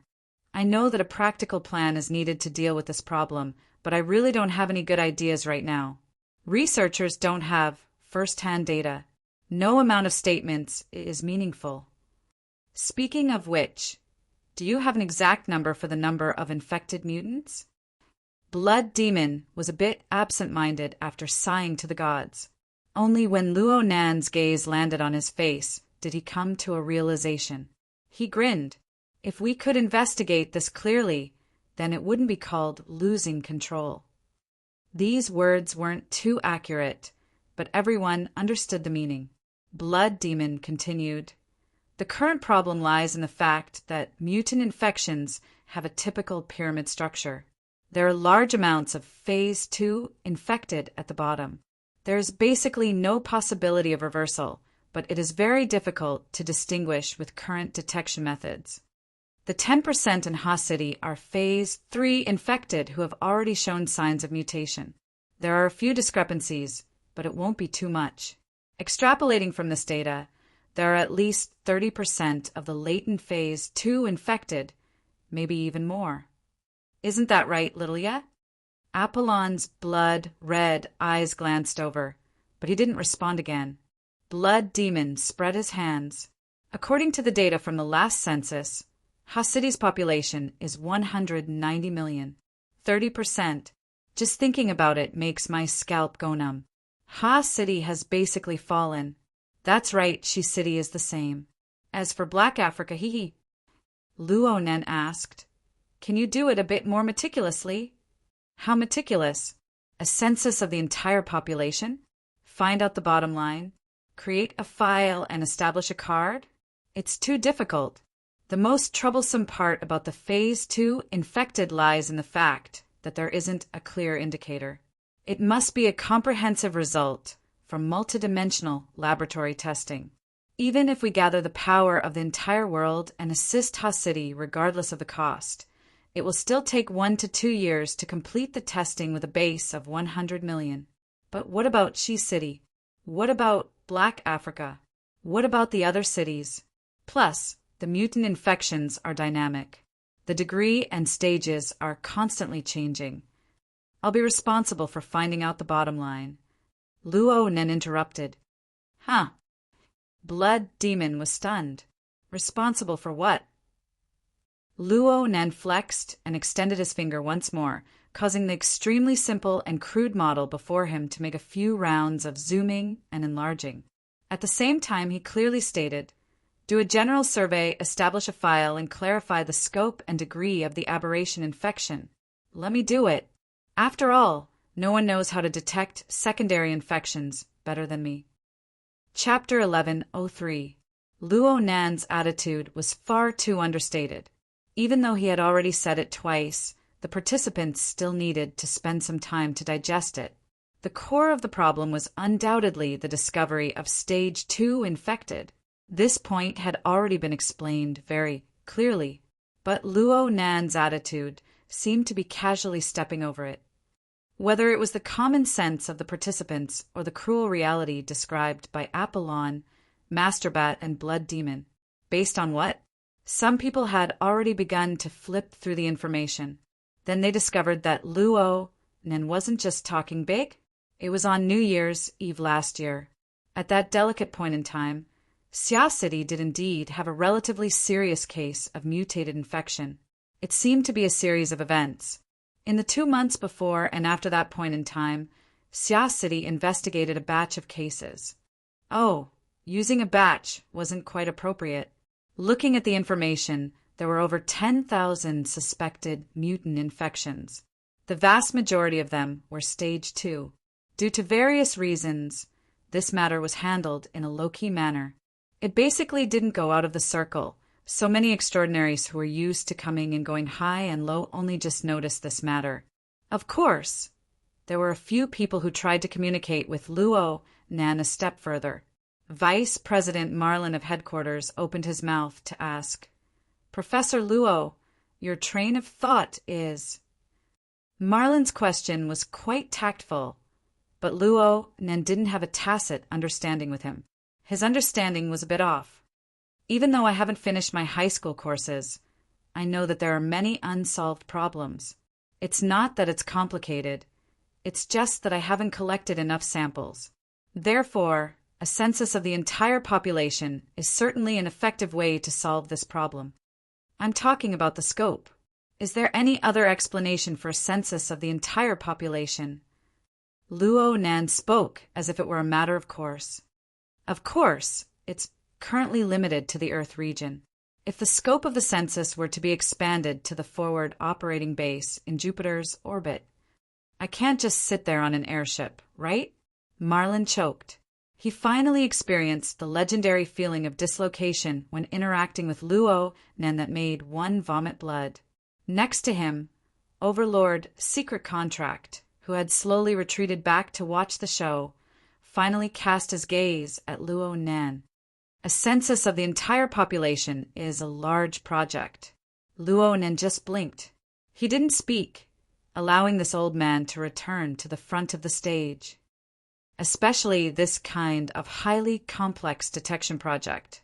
In the absence of direct detection methods, theoretically it has already exceeded the scope of the census. Is that so?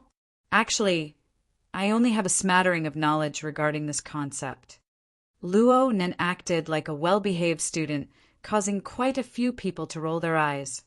The great lord of secret deeds' smile bloomed behind his white beard. In fact, I have also considered a similar method. I even asked someone to estimate the cost of conducting a national census. The result was not very optimistic. Even if we deduct the most important cost of manpower and conduct sampling investigations in certain epidemic areas that are almost unsalvageable to minimize the investment, we will still need at least $250 billion in hardware investment in order to achieve a relatively ideal result. Great Lord Secret Deed said a number that most people had no idea about. The extraordinaries in the venue weren't in the majority, but there were still many who raised their eyebrows and curled their lips. We need to first build a number of production lines that can supply the corresponding equipment and consumables, and then connect the relevant products into a testing laboratory. This will improve the current worldwide testing capabilities by thousands of times. Even if that's the case, we'll have to wait until the next century at the very least. The next century isn't too far away, but what's certain is that the rate at which the mutated infection spreads will definitely far exceed this theoretical detection ability. High Lord Secret Contract stared at Luo Nan. The effects are all from comparison. There's no harm in asking here. How much budget does Professor Luo need? And more importantly, the speed of the testing. How long will it take for the results to come out? This will directly determine the feasibility of the plan. It definitely won't take until the next century, perhaps by the end of the year. Oh, many people in the venue let out gasps of surprise. There was pure astonishment and there was doubt. But thinking about Luo Nan's previous performance, it seemed to be within a reasonable range. What in the world is this method? Old Man Ghost Eye, an old acquaintance of Luo Nan's, was a veteran psychic adversary. He was once Luo Nan's sparring partner. He was a bit unable to restrain his curiosity and shouted from the back. Luo Nan didn't explain in detail. He really didn't have a plan right now. After all, the soul cloak, which used water molecules as the basis for interference, had already been possessed by the magneto-optical mica. Enormous changes had occurred in form and content. It would take some time for him to get used to it. Luo Nan changed his angle a bit. I really haven't thought about the budget. I don't have that concept. However, I definitely won't need the scene you're talking about, High Lord. Brother, you must consider expenses when you do things. Blood Demon chattered from the other side. Doing projects is burning money. You need startup funds at the very least, right? You need to fight for funds and sponsorships. Of course, it's great to help others earn money, but it's not easy to get money back. If you have a reliable plan, I can sponsor you first. It's too troublesome. Luo Nan wasn't being polite. He really felt that it was troublesome. He didn't think that a global mental sensor network needed any expenses. If it did, it would have already been paid for by his grandfather and parents over the past few decades. He was just a user and a verifier. He had to do this work well. Plus, didn't he just earn a sum? The auction should still be in progress. It seems that those two cards are quite popular. Mr. Blood Demon, your creativity is quite good. Speaking of which, even if I give you a portion of the design fee, that sum of money should be enough. Luo Nan began to count on his fingers, one by one. If I really want to calculate, I can use the sum of money to rent some supercomputing resources and find a few data analysts. Then I can start working. If the SCA supports a few more people and opens up the database, it might be even more ideal.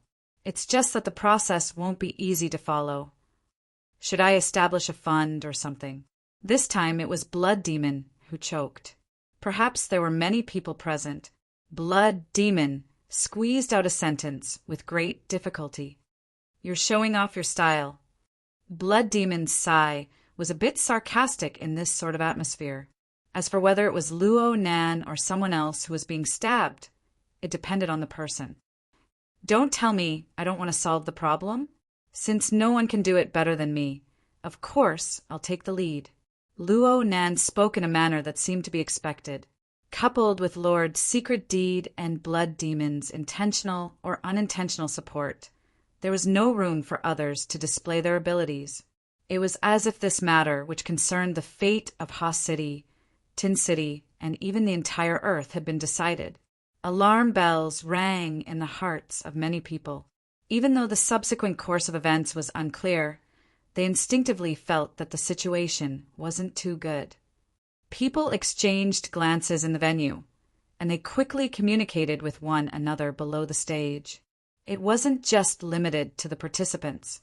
There were also all sorts of monsters and demons paying attention to the progress of the conference. The Black Lion's soul was summoned by old elves. This is absolutely not good news for you. Aha! Before tonight, Luo Nan practically had no influence at all in the field of mutant. But if he is allowed to do this, he won't need to wait for the time limit he set. As long as he has 1 or 2 publicly recognized results, he will be one of the top authorities. What will he do then? Old El's voice was like a cold wind that lingered in the Black Lion's ears. Don't tell me he wants your kingdom of chaos to exist forever on the African continent? For what reason? Just because you and him call each other brothers today and have a joyous gathering? See, his intentions are already extremely clear. You're really lobbying without any regard for your capital, old man. The problem is, how are you going to stop him?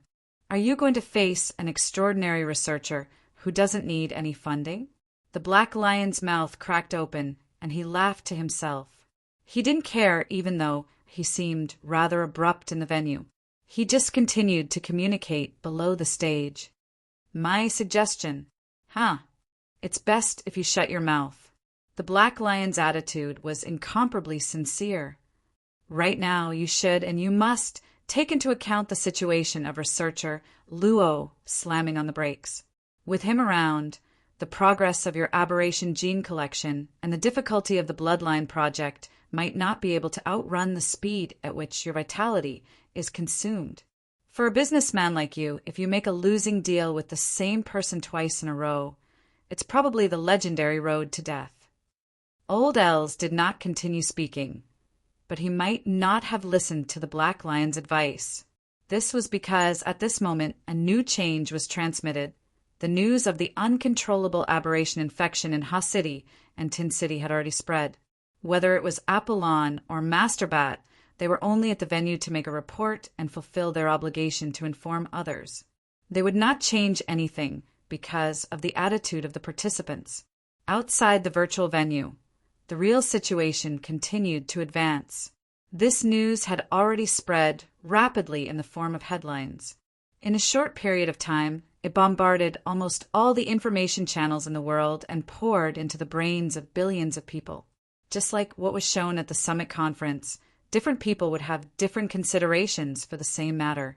Regarding this headline, the major media outlets around the world also adopted different reporting perspectives. At present, the hottest news image was specially forwarded by the conference host, Abner. It came from Ha City. It was probably in a landmark area of the city. Dense crowds gathered on the streets and squares, listening to the announcement from the city manager. When the seemingly rigid gentleman announced in a serious tone the news of giving up on detection and active disposal, hundreds of thousands of citizens screamed crazily, "Cheers!" The camera swayed in such an atmosphere. When it chose to use a close-up view to experience the current atmosphere, there was already a young man who was so excited that his face was distorted. He took the initiative to rush to the front and roared out a slogan. "Glory to the aberrations, the world belongs to us." The crowd behind him was also shouting and roaring. Their words were even simpler, more direct and more violent. "Power, power, power." Such a sound and scene fell into the ears and eyes of the participants of the summit conference, but it was so meaningful. Chapter 1104. June. T-City officially entered winter. The northwest monsoon brought with it a humid and cold airflow. When the cold wind hit one's face, it seemed to carry the earthy smell of the old continent's highlands. So much so that it became one of the main themes of tonight's banquet.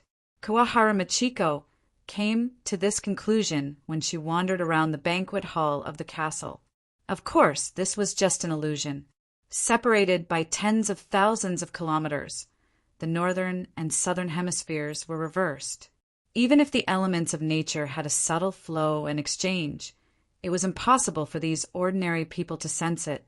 It was actually just a group of brothers in distress, bragging with lingering fear and excitement after narrowly escaping death. Even though nearly a month had passed, strictly speaking, it was 3 weeks. The timing was just right. Time had quietly beautified the memories of the people who had experienced it, washing away their embarrassment and fear. With a relatively peaceful ending, the legendary nature of the process had provided them with a lot of things to talk about. So they did not reject it, and were even willing to discuss the seemingly vivid personal experience. They even gave each other the friend in distress stickers and medals.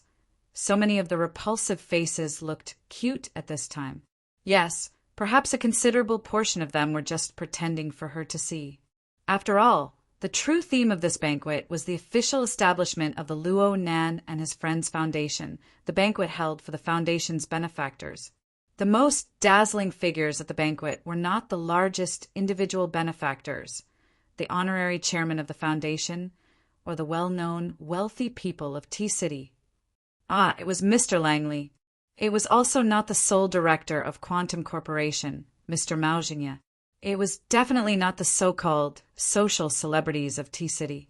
The only ones who could truly be called stars were the major shareholder of the Castle Financial Group, the representative of the chairman, Mrs. Halder, Ms. Inlu, and Kawahara Michiko herself. The Castle Financial Group was considered to be of medium scale in the business world.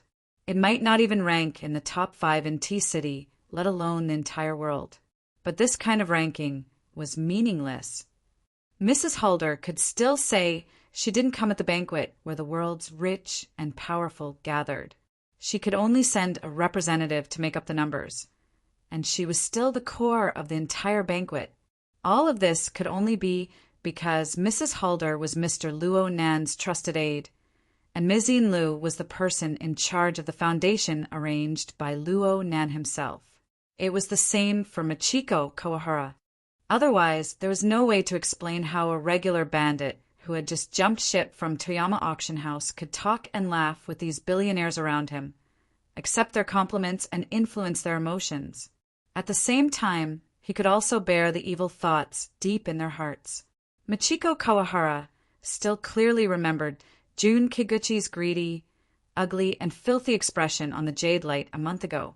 Whether it was Bancheng, Diqing, or other places, as long as they were in this circle, there was not much difference. Just like right now, everyone was chatting and laughing together. They were reminiscing about their friendship from their one-way trip to the Highlands. They were flattering Mr. Luo Nan for his compassion for the future development of humanity. But heaven knew what sort of inferior stories these surrounding men and women would come up with in their hearts.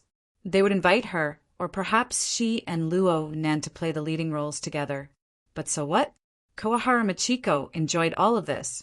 She was like a fish in water in this banquet full of malice and calculation. This was the scene she had always pursued. For this reason, she gave up so-called love and marriage. But she never got tired of it, even though she was always wandering halfway up the mountain. But right now, she was standing at the peak, close to the peak. The price she had to pay. What did she pay? Compared to the hidden malice in the surroundings that could engulf her at any time, this doubt and bewilderment might be the source of the occasional bewilderment that leaped out from the bottom of her heart. She knew that perhaps in this lifetime, she would never be able to make such an inconceivable transaction again, even though this was very likely a transaction where she would enjoy first and pay later, and the subsequent price would be unbearable for her. But up until now, with her mortal eyes, she was still far from reaching the end, right? In this capitalistic society, how could she be a businessman if she did not have this awareness? Besides, she was indeed willing to pay any price for this current glory. Kawahara Machiko's smile grew more and more brilliant. At this time, the bracelet on her wrist vibrated gently. She raised her hand to indicate and apologize to the people around her. She temporarily left the crowd and picked up the call. Her voice became particularly gentle. Jia, you called very early today. Yes, Mom. Did I disturb your work? Kawahara Machiko's only son, Kawahara, grew up in a single-parent family. He grew up in the oppressive environment of the Kawahara clan. Though he was still a preschool child, he was far more mature than most of his peers. He was also very sharp. It seems to be very chaotic over there. I'll call back later. No, it's fine. Jia. Right now, Kawahara Machiko possessed the qualifications to be willful. She had already arrived at the lounge upstairs. She sat on the sofa and slightly relaxed her long, tense toes and ankles. Mom is at a banquet. It's fine. Tell Mom. Did you have fun today? Kawahara Jia laughed. It's the same here, Mom. Today is the birthday of Mr. Luo Yuandao, Mr. Luo Nan's grandfather. He's 80 years old. His whole family is here. Kawahara Machiko subconsciously straightened her body. Mr. Luo Yuandao. Of course, she knew about the old man who had a serious mental illness. With his physical condition, it would be difficult for him to hold such a grand celebration even if he was 80 years old. Besides, she had not heard any rumors. In other words, this was most likely just a family banquet. Kawahara Machiko's heart thumped. You're here. Did Mr. Luo Nen invite you? It's not like that, Mom. Today is Sunday. Wei Wu and I are going to Jim Master Shio's place to do homework. We just happened to run into each other. So that's how it is. Kawahara Michiko's mood rose and fell. A thin layer of sweat actually appeared on her body. She then thought about the time difference between D City and Sia City. It was already 4:00 in the afternoon in Sia City. Banquets generally did not last until this time. Clearly, Jia just happened to run into each other. This was not bad. Just as she was thinking, Kawahara Jia lowered his voice. "Mom, I know a secret." Kawahara Michiko furrowed her brows. She did not respond, but Jia said, "I just heard that today is Mr. Luo Nan's birthday, but he doesn't seem to know." "Is that so?" Kawahara Michiko's mind immediately popped up with public information related to Luo Nan. She remembered that this person's birthday should be on the 16th of June. There was still a week to go. She quickly searched the perpetual calendar. Yes, Luo Nan's birth date was the 16th of June, 1980. Using the traditional calendar of East Asia, it was the 29th day of the 4th lunar month. This year, it just so happened to be the 9th of June on the Gregorian calendar. This matched up. Kawahara Michiko considered another problem after solving this little doubt. Her tone became a lot more serious. "Jia, thank you for telling Mom these things, but I don't want you to do it again." "Huh? Do you remember what Mom said to you? From the moment you came to Sia City, you should respect Mr. Luo Nan like you respect Mom. You should learn from him. You should ask him for advice. You should be a qualified retainer. You should be loyal to Mr. Luo Nan and obtain his approval. Without Mr. Luo Nan's permission, you can't reveal his secrets and other information to anyone, including Mom, even if it's just a small matter." The other side went silent. Kawahara Michiko was actually a bit worried. She hadn't criticized her own son like this for a long time, especially now that they were separated by tens of thousands of miles. She didn't even have a video call. She felt very uncertain for a time. Just as she was about to send a video call request, Jia Heyuan asked in an even softer voice, "Mom, are you Mr. Luo Nan's mistress?" Kawahara Michiko had once believed that she would never be troubled by such a question. To a certain extent, she even hoped that everyone else would think this way. She wanted to turn this matter into reality. Only then would she be able to consolidate her inexplicable position. But at this very moment, when this question came out of her own son's mouth, her feelings were clearly not as simple as she imagined. She even subconsciously wanted to slap him, but Jia Heyuan wasn't in front of her. That empty slap seemed to hit her face in the end. "Jia, why do you say this?" Kawahara Michiko only realized that her voice was dull and hoarse when she spoke. It was like cracking porcelain. When it was struck again, it no longer had a clear echo. "Is it in Sia City?" "No, it's in Bancheng, Mom." Jia Heyuan's voice was still weak, but it was strangely steady and even calm. "Many people have tried to tell me this matter, including Grandpa and Grandma. They've tried various methods and angles. It seems that I really am your weakness, Mom." Jia. Even though she knew that her son was far more mature than his peers, Kawahara Michiko didn't want to hear the result of his deliberations.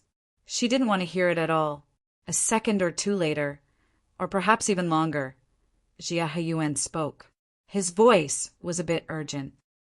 "Weiwu is calling me. Mom, don't worry. Mr. Luo Nan is a very, very good person. Many people here are." The next moment, Jia Heyuan used a very clear voice to respond. "Hey, I'm here. Wait for me." The call ended immediately. Kawahara Michiko stared blankly at the bracelet on her wrist for a long time. She almost thought that she would shed tears, even if they were just a few symbolic drops. But when she heard the sound of people outside the lounge, she reflexively straightened her back. The corners of her mouth curled up, revealing a beautiful, calm, and mysterious arc. It was as if everything was under her control. In fact, she really did achieve perfect control, whether it was her external expression or her internal state of mind. Even if there were some ups and downs, they all settled down in a sentence that was like an incantation. This was what Jia had said. Mr. Luo Nan is a very, very good person, right? A 6-year-old child could tell in 2 weeks. Mr. Luo Nan is a very, very good person. The door to the lounge opened, and the noise from the banquet hall began to flow once more. Kawahara Machiko was like a mermaid. After a temporary rest, she immersed herself wholeheartedly into the turbulent flow of complicated interpersonal relationships. She was never tired of it. Chapter 1105. He ended the call with his mother in a hurry and ran in the direction Diwewu was calling him. How complicated could the layout of a sanatorium be? The relatively private places for calls were at the end of the corridor, the stairwell, the elevator, and so on. Because of this, He bumped into someone when he ran out from the corner of the stairwell. That person was also on the phone. Yes, it's over there. Just send me the coordinates. He was a bit confused when he heard this voice. Wasn't this the main character of his conversation with his mother, Mr. Luo Nan? Clearly, Mr. Luo Nan had taken a fancy to this private place for calls. Maybe he saw that He was the first to go in, so he called from outside. He didn't know whether to run or stay. While he was in a daze, Luo Nan reached out and rubbed He head, indicating that he should go and play with Diwewu. It should be to do homework. He was hypnotized. He walked over in a daze and faintly heard Luo Nan say, "It's not convenient to ask right now. They're trying their best to make me forget about this. I don't want to use it to disgust people. I'll just go pay my respects next week." Even though He was much more mature than his peers, it was hard for him to determine what Luo Nan was talking about without enough information. Right now, almost everyone in the corridor on this floor of the sanatorium was related to Mr. Luo Nan. He had only walked a few steps when the fat Mr. Mo Peng touched his head. He even said that he needed an excuse to be immortal. Sure enough, the customs of Ban City were very different from those of Xia City. He had to adapt to them one by one. "Don't bully me." Mr. Luo Nan's call was very short. He followed closely behind He hurriedly turned around and bowed seriously. He was apologizing for his actions, which he didn't know if he had exposed himself earlier. Mo Peng didn't pay attention to him at all. Instead, he clenched his fist in a very serious manner. It was the hand that had touched He head. Mo Peng swung it twice and tapped in the air. He must be following some kind of visual logic that they couldn't see. A second later, Mo Peng swung his arm and shouted with a suppressed voice, "Double! Kill!" Luo Nan reached his hand out to touch He forehead as he was shouting. Luo Nan slapped his hand away. "What are you doing? Those who see it have a share." Mo Peng was grinning from ear to ear. "Thanks to this little bro, I'll have 2 slots to experience the 10 days in the Wilderness expansion pack. Don't miss it if you go the wrong way. This experience card is for you. And shouldn't it be given to Jia?" Mo Peng blurted out, "What games are kids playing?" I mean, 10 days in the Wilderness is a special tutorial. Children under 13 can't touch it." At this time, He decided to play the role of a childish person of the same age. How could he not see Mr. Luo Nan acting, as if he could not see through his cousin's clumsy acting skills? But then again, this should be a birthday present, right? Half a second later, Luo Nan responded with the same subpar acting skills and lines. "Fine. I accept the sincerity of a brother and the good fortune of Jia." He revealed an innocent smile at the right time. Mo Peng also laughed happily. He was truly happy. "I'll send it to you. Remember this favor later. Take me flying." Luo Nan, who had left behind a glorious battle record at Frost River Reality, took charge of this matter. "No problem. Let's go to the hero seat." "I'll remember." After Luo Nan's performance was rewarded, Luo Nan patted Mo Peng on the shoulder and walked toward his grandfather's room. Mo Peng was already making up for his slip of the tongue later. "Jia, There's nothing good about that adult-oriented game. Brother, He corrected him very seriously. You're my elder, Mr. Mo Pong. Hey, Jie, you've been slacking off for far too long. Di Weiwu gave He a senior command. Luo Nan checked the new electronic experience card in his hand and pretended not to see it. The purchase date for the experience card was yesterday. He laughed again and flipped his hand inside the sleeve of his t-shirt. When it came out again, there was an old notebook in his hand. He arrived outside his grandfather's room, but he did not immediately push the door open. He just looked at the situation inside the room through the glass window. Inside the room, his aunt and Mo were chatting with his grandfather's special nurse, Auntie Hong. They were understanding the situation. Ru Wen stood quietly to the side. Yes, she was with Di Weiwu just now. When did she come in? His uncle, Mo Haihang, was lying on the other side of the chair. He had already fallen asleep with his eyes closed. As for his grandfather, who had given birth early today, he was on the balcony of the outer room, chatting with Jim Master Xiu. Below his feet was the new building block Kingdom of God. Of course, this did not stop him from dozing off under the warm afternoon sunlight. Luo Nan looked down at the old notebook in his hand when he saw this scene. He shook his head and tucked this thing under his ribs. Then he turned around and left. He passed through the corridor and arrived at the balcony attached to this floor. The balcony was also facing the sun. His vision was a bit better from this position. He could even see his grandfather's calf nearly buried in the building blocks on the balcony of the ward. You can say that this is a hidden security hazard. I once considered giving the old gentleman a different room, but considering the problem of adaptability, I didn't bother with it. Someone spoke from behind Luo Nan. Luo Nan turned around and greeted with a smile Brother Octopus. The person who came was none other than Zhang Yuliang, who worked in this sanatorium. Well, Luo Nan was more used to calling him Octopus. This neuropharmaceutics expert wore white clothes. His hands were in his pockets as he walked over unhurriedly. He stood side by side with Luo Nan and followed Luo Nan's gaze to look in that direction. You didn't go in just now? Not just that. I hid half a foot in the crowd at the beginning. It's a birthday celebration. Just don't mess things up. Octopus opened his mouth, but he swallowed back the words, You're also the birthday boy today. Since Mrs. Luo Shuqing and the others racked their brains to use this special day to organize a family activity, and they deliberately hid it from Luo Nan, the person involved, in order to avoid making bad associations, why should he expose them? Well, Luo Nan didn't need him to be smart. Does the old man get excited when he sees you? Basically. Is it because he can see how terrifying of a fellow you are? Octopus was obviously joking, but Luo Nan nodded. It should be like this. Huh. Luo Nan didn't answer immediately.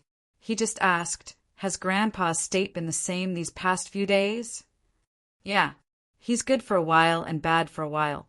He looks up to the sky at every turn, especially on cloudy days. Luckily, Xia City has been bathed in sunlight these past few days. Luo Nan shot a glance at the sky and agreed, that's right. He's been okay. Octopus felt that these words lacked sincerity. He hesitated for a moment before speaking. Nanster, I need to ask you something in private. You're being too polite. Octopus lowered his voice. I can't not be polite. The situation is very sensitive right now. We're the ones who deal with abnormalities. Huh, aren't we? At the summit conference, you strongly advocated to separate abnormalities from the X factor that triggers extraordinary powers. This is drawing a line. Octopus had already taken his hands out of his pockets. He spread them out in the shape of a scale. Should we deal with the abnormalities first, or should we explore the planes first? The internet is going to be in an uproar right now, but you don't need to worry. Our medical world will definitely stand on your side. I even have to thank you. Luo Nan rolled his eyes. At the same time, he understood what Octopus wanted to ask. You want to talk about the problem of the source of radiation. To be precise, I want to talk about the influence of the current objective environment on everyone's cultivation. Is there really such a close external factor? Octopus had a face of curiosity.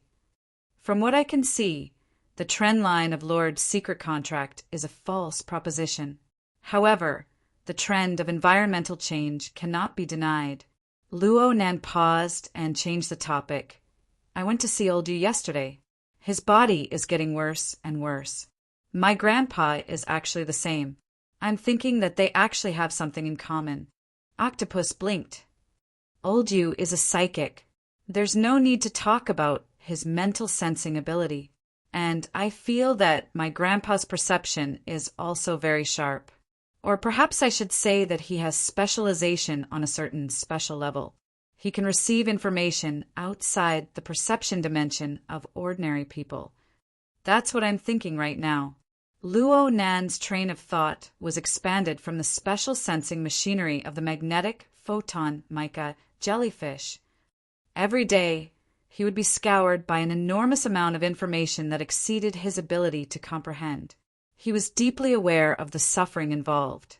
Luo Nan's words were not hard to understand purely in terms of verbal logic. Octopus made even more connections from this. So, the old man's physical state, including old Yu's current state, is indeed related to the source of radiation. We can't exclude this aspect of the factor. Of course, there's also the problem of insufficient analysis, overload, and downtime. Luo Nan casually flipped through the old notebook next to him.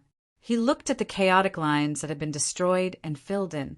This was a special item that had stirred up a storm not too long ago. Many people believed that it possessed an astonishing secret and corresponding value. Luo Nan didn't want to correct anything because he hadn't completely deciphered the information within. But he was certain that he was more qualified than anyone else on Earth to make a judgment. His grandpa certainly didn't possess extraordinary strength. After his mental symptoms appeared, his body was much weaker than a normal person's. It was very likely that such a weak body could bear an extremely dense and extremely fatal amount of information. Luo Nan, who had rich experience with overload, could completely imagine the consequences. The current Luo Yuandao of the past certainly didn't possess the ultra-spider web that Luo Nan used to filter information. What's more, the pressure of quantity wasn't the ultimate problem. The most fatal problem lay in the layers and the structure. He was able to detect these traces from the records in the notebook. It was like a storage device with limited space. A large amount of highly compressed files had been copied inside. The device was already stuffed to the brim and needed to be decompressed. Machines could crash and restart. How could a person do the same? Chapter 1106. Luo Nan already had a definite answer in his mind as to what the source of radiation was. Behind the fragmented chaos where even the order of space and time no longer existed, an order that ought to have existed, the source that caused this result. According to Luo Nan's current understanding, the objective of manifestation was certainly Sunwheel Prison. Luo Nan had confirmed his objective, but there was still a crucial detail that troubled him. How did Sunwheel Prison form a linked relationship with his grandfather before the current cycle approached? According to the data left behind by his father, the observation data of the Mist Labyrinth began in the year 75 and ended in the year 90. With his grandfather's mental state and the reality of his father walking alone, the old man certainly did not participate in the next 10 years. Then came the problem. Whether it was Luo Yuandao or Luo Zhongheng, they were far from being able to reach the core area of Sunwheel Prison. They were separated by the boundless Mist Labyrinth. How were they able to draw in such an enormous flood of chaotic data? It seemed like there was no special projection like the Wraith sign at that time. Luo Nan thought of other factors, such as the external neuron, but there were still some things that didn't make sense. No matter what the reason was, Luo Nan believed that the source of the terrible situation his grandfather faced was certainly the realization of a connection with Sunwheel Prison that traversed the barrier of space and time. Luo Nan's past experiences were right there. How was it possible for an old man who did not possess any extraordinary power to withstand the impact of the terrifying flood of data? There was also, did the two still maintain a connection? Was his grandfather still suffering from the impact and corrosion? Going a step further, there was the continuous aurora light, the daytime nightmare, and even the magnetic mica jellyfish. What sort of effects would these unexpected factors have on his grandfather? What sort of damage would he receive? Luonan had tried to avoid thinking deeply about this problem, but how could he avoid it? Every time Luonan's thoughts reached this level, he would imitate the sunwheel prison in the space of his consciousness. The structure of checks and balances formed by the chains, and the wraith sign would hum and tremble within the chaotic, dark cloud of information. And deep within the dark cloud, the hall constructed out of thin air would respond without a sound. Luonan was just trying to find a rule of order that could be explained and analyzed from the structure of the Sunwell prison. It would be best if it could be used by his grandfather to relieve his pressure. That was all. But this was not an easy task. Luonan's expression gradually turned gloomy. Octopus felt that there was no way to continue this topic. Coincidentally, a few messages flashed through his friend group. Just by looking at the flashy links, he knew that Bamboo Pole, the rumor maker, had started working again. This guy forwarded at least 30 pieces of trending news and gossip every day. Apart from more than half of them being eye candy and mental food, the other half basically included key local, regional, and even global information. As the saying goes, a homebody who doesn't step out of the crowd knows the affairs of the world. Octopus used this as an excuse to forcefully change the topic.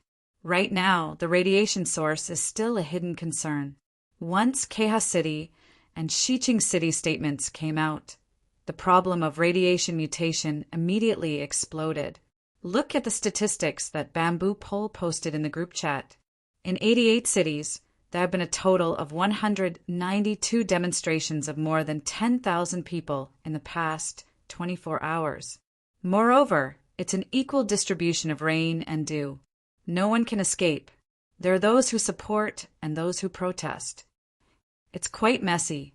Luonan casually flipped through a few pages of the notebook. He twisted his wrist and sucked the notebook into the void like magic.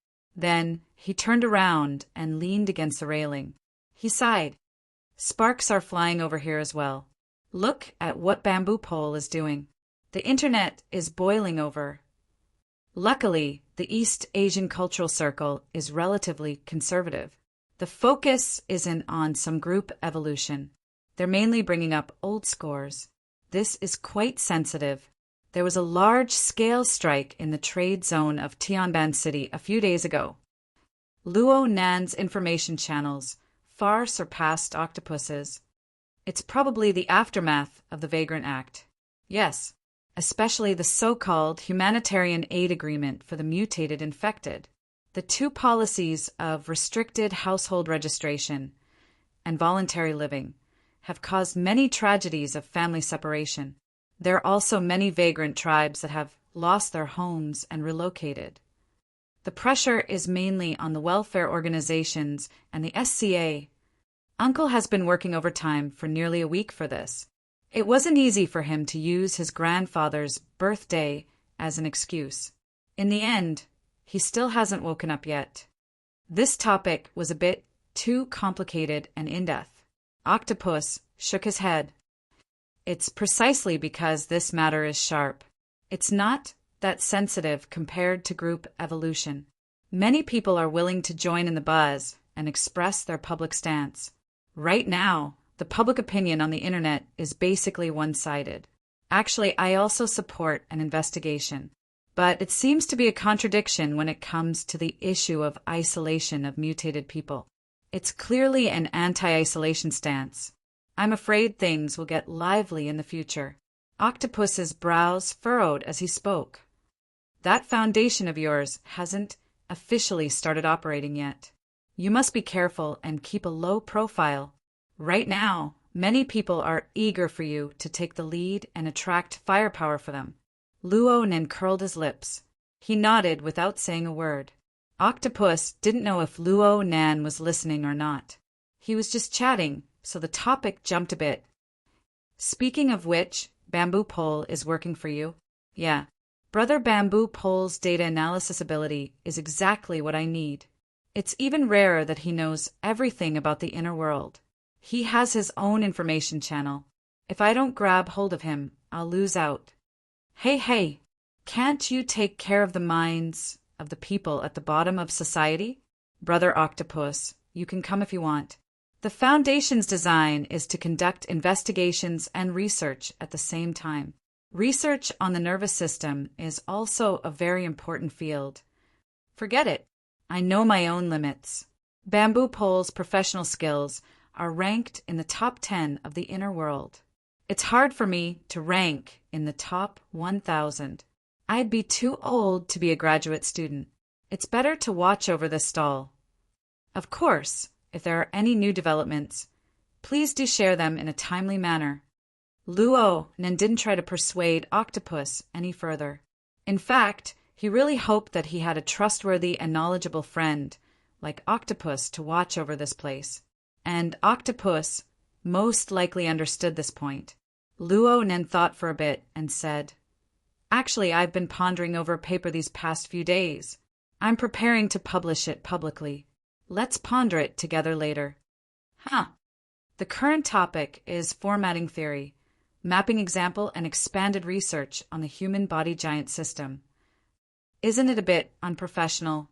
Octopus went, twice, but before he could respond, a call came in from Luo Nan's side. It was his aunt, Mrs. Luo Shuqing.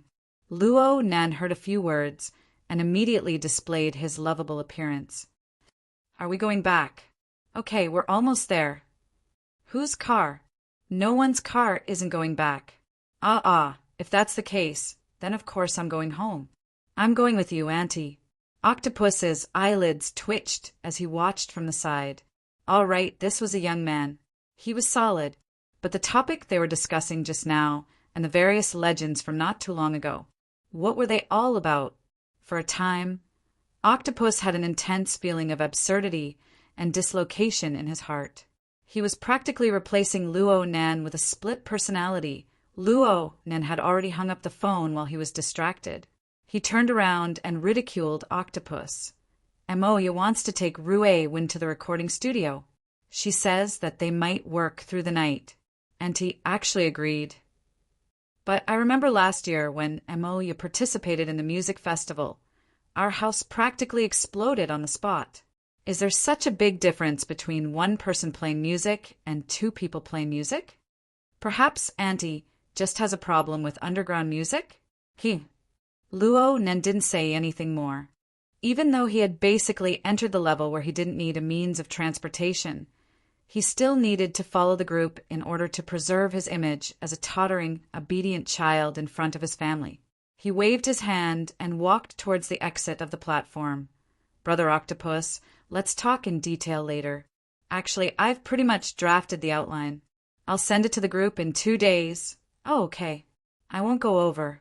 I don't want Annie to say those courteous words again. Luo Nan didn't turn his head. He made an okay gesture and ran with small steps. He soon crossed the platform and disappeared behind the door. He was like a graceful and energetic youth. That was how he should be. Just from the perspective of personal interactions, this wasn't too bad. At the very least, the current Luo Nan was no longer the somewhat gloomy youth they first met. Just from this point alone, Luo Nan was already quite good. Octopus didn't have much use for Octopus in a place like the sanatorium, and he was a relatively high-end professional. Most of his time was spent on scientific research. Octopus received a bit of stimulation from their conversation just now, so he went back and soaked himself in his own laboratory. He entered a state of mind and lost track of time. This lasted until the hexa ear vibrated. Someone in his friend group at Edham. It was Xie Junping. Octopus bro, I'm holding a temporary board meeting. I've entrusted Brother Papercut to help me pick someone up. Brother Papercut's car was just sent for maintenance. He might be a bit late. Erping got it. Di Weiwu usually lived in Lon Town's welfare home. During the weekends, he would go to the sanatorium to do his homework. At the same time, he would receive the influence of Jim, Master Xiao, and Dean Wan. Yung was sent over by his mother, and he received the same treatment. Perhaps Luo Nen considered him a hostage, but Luo Nen treated him equally and nurtured him as a disciple. There were plenty of benefits, but the transportation wasn't too convenient. Normally, worker Zhai would come over to pick someone up. If worker Zhai was working overtime and couldn't get away, then it would be Xie Junping, a loyal believer of the Order of Creators, who would come out. Papercut was a mobile member, a spare tire of spare tires. With Xie Junping's current resources, arranging a driver to pick someone up wasn't a big deal. However, everyone knew that these were extraordinary times. Even though they were at Xia City's headquarters, the people by Luo Nan's side needed to maintain a minimum level of safety awareness. They needed to communicate and help each other. They didn't want to give the schemers in the shadows any opportunities. At this time, Papercut jumped out. Octopus, Erping, I won't be late. We've already entered the main entrance. I hitched a ride with Bamboo Pole. Octopus was baffled. You two are together. Bamboo Pole, don't bring bad news to an honest man. Bamboo Pole, hee. While they were chatting, Octopus raised his head and looked out of the window. He found that it was already almost 6 o'clock. The weekend was also the peak hour. It would take at least 1.5 hours to get back to Forest Wall District. So he sent another message. Paper cutter Bamboo Pole, you guys can eat here. This is the staff cafeteria. Eat to your heart's content, it's my treat. Ha! If it weren't for the fear that the children would be hungry. Do you think I would be willing to entertain you? Forget it. The children in the orphanage go to bed at 9 o'clock. If I stay here for too long, I will inevitably disturb my schedule when I go back. Dean Wan is easy to talk to, but Nanny Wang is not easy to dismiss. After a few minutes, the other side sent another message. I've got him. Octopus watched the surveillance video that was specially connected to the Hexier. Sure enough, Bamboo Pole was leading the two children. He made a V sign to the camera on the ceiling. Papercut chuckled to the side. Farther away, Xiao Xinyu, who had become increasingly thin in recent times, held his hands behind his back as he watched this. Although there was no smile on his face, he was still relaxed and relaxed. Octopus rolled his eyes. All right, I won't be sending you off. Chapter 1107. Bamboo Pole's commoner car didn't stand out at all in the endless stream of traffic in Xia City. He encountered a weekend traffic jam as expected. He followed the AI's guidance and changed 4 or 5 layers of traffic, but it was still difficult for him to move forward. He was only a dozen kilometers away from the Forest Wall District. As always, in a sense, this is a good, Bamboo Pole chatted and yawned in passing. Where did you go last night? Papercut looked askance at him. I worked hard for Boss Luo. The foundation hasn't started operating yet, right? You don't really think that Boss Luo needs to rely on the foundation to walk, do you? Bamboo Pole looked askance back at him. Papercut blinked and immediately made a zipping motion with his mouth. The front row was a bit quiet, but the laughter of the children in the back row was particularly clear. The 2 little beans were securely tied to their children's seats. They had just been removed from Papercut's car before they came. But it didn't affect their play at all. 7 or 8 lively little papermen had their own special characteristics. They were extraordinarily quick-witted. Plus, they could receive simple commands and obey the director. They were enough to act in an animated film. It could be said that among the ability users of Xia City, Papercut was number 2 when it came to playing with children. No one dared to take first place. In the field of toys, aside from the papermen structure being too simple and the basic requirements for issuing commands being high, the technique of activating soul force had no other weaknesses. It was also because of the basic requirements that one could easily see the difference in soul force between the two children in the back row from the paper men's reception of commands and the degree to which they could digest them. There were millions of children in the world. Di Weiwu was certainly the type that had talent for cultivation. After half a year of edification from Dean Wan and Jim Mastershio, Di Weiwu couldn't be said to have awakened. However, his thoughts were direct, and he could form an effective information connection with the activated papermen. He could control this low-end game with ease.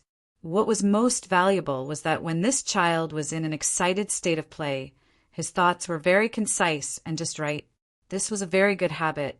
In comparison, many awakened, who were often hot-blooded and blindly tossed and turned, had to go to the corner to wake up. In comparison, Yuan did not have much of a foundation to speak of, but his reaction was extremely fast. After realizing that the instructions were too complicated and useless, he immediately focused on the control of a single paper doll. He concentrated and was not disturbed by the other paper dolls. He was definitely outstanding among his peers, and people could not help but praise Lady Yuanji for teaching her son well. Kids nowadays seem to have a bright future ahead of them. Children could be praised face to face, but they couldn't be praised like this. It just so happened that Papercut had nothing better to do. So he took a video of the two kids in the back row. He sent it to the group and used it as a conversation topic. It seems like they have the innate talent of ability users. Over here, the barrier between the mental and the material doesn't seem to be very solid. Birds of a feather flock together. Bamboo Pole drove without batting an eyelid. He also quietly flattered everyone, including himself for once. Papercut didn't appreciate it. He gave Papercut a push in reality, concentrate on driving. Many people in the group flattered Xie Junping. It was clear that he had been absent-minded during the board meeting. He was still emotional. Then what's the deal with me sitting in the middle of a bunch of stupid birds that are about to choke to death? The market value of sky crystal biology has skyrocketed these past few days. What's there to be dissatisfied about as a marketing director? Bamboo Pole turned a deaf ear to Papercut's warning. For a psychic architect, chatting online while driving wasn't even a distraction. Thank you, marketing director of a research and development subsidiary. It's all the same. Speaking of which, Director Xie is progressing at lightning speed. Last night, with the collective cooperation of the Ring of Blood and Will, he persisted until the latter half of the journey. He almost killed his way into the first echelon, crazily earning money while cultivating at the same time, not neglecting either. Amazing. Forget it. In this sort of irrational market, you earn money until you have atrial fibrillation. Any random Tom, Dick, or Harry can say that XX medicine can prevent abnormalities, and the market will immediately be cleared out. Not even dregs will be left. If you say that it can cause. Don't even think about selling 1 gram or 2. Hu Laosan's ranch hasn't seen blood for almost a week. He might be a living bodhisattva and set them all free. Can you send me 2 heads? Shui Lei popped his head out. My house hasn't seen any meat or fish for half a month. My mom is adamant that all meat, eggs, and milk products can be contaminated. My dad is guarding the police canteen right now and won't go home. Go straight to him. 2 heads is too stingy. If you can eat 20,000 heads, he'll kneel down on the spot and call you daddy. Xie Junping responded in a bad mood. He had a belly full of complaints that he wanted to spit out. At this time, even if you make a fortune quietly, you should be careful that your son doesn't have anus. These idiots actually want me to increase my marketing efforts. I highly suspect that they want to take advantage of this opportunity to make a fortune and then cash out and leave. The medicine and whatnot is fine. What really made the market value of sky crystal biology skyrocket is probably the plantation building. Didn't your dad invest in building a batch in the 90s? It was only built the year before last, right? Back then, there were people who ridiculed him for taking such a big step and pulling his balls. But right now, the The Sky Crystal plantation has already taken up over 20% of Xia City's food supply. In the future, it might even increase by over 10%. And right now, Xia City's dietary structure is changing in a panic. The ratio of meat, eggs, and milk has plummeted, and food has become the majority. There is no currency that is harder than this right now. Of course, this is just a temporary change in a special period of time and a special environment. A windfall smashed in the face, and it's gone just like that. Only an idiot wouldn't cash out. It could be said that the world was seriously fragmented.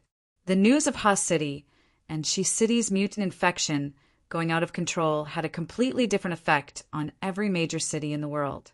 The conservative cultural circles of East Asia were basically fearful of it, like a tiger. But the New World, Old Europe, and other places had already set off wave after wave of revelry. The resulting social problems were also completely different. Bamboo Pole also poured out relevant information links to the group aside from his speech. He started with financial news from 7 or 8 years ago all the way to recent market analysis. He clearly explained the cause and effect of the situation. It also made Xi Jinping, who was in the middle of the situation, dumbstruck. So it turns out that my old man is this awesome. He already foresaw today's situation? Yeah, I really want to praise him, but truthfully speaking, Big Boss Xia probably made this decision back then when he saw the birth of the Deep Blue platform. It was accompanied by the progenitor energy source and the increasingly matured miniature fusion reactor technology. He used this project to wantonly hoard related minerals and make technological reserves.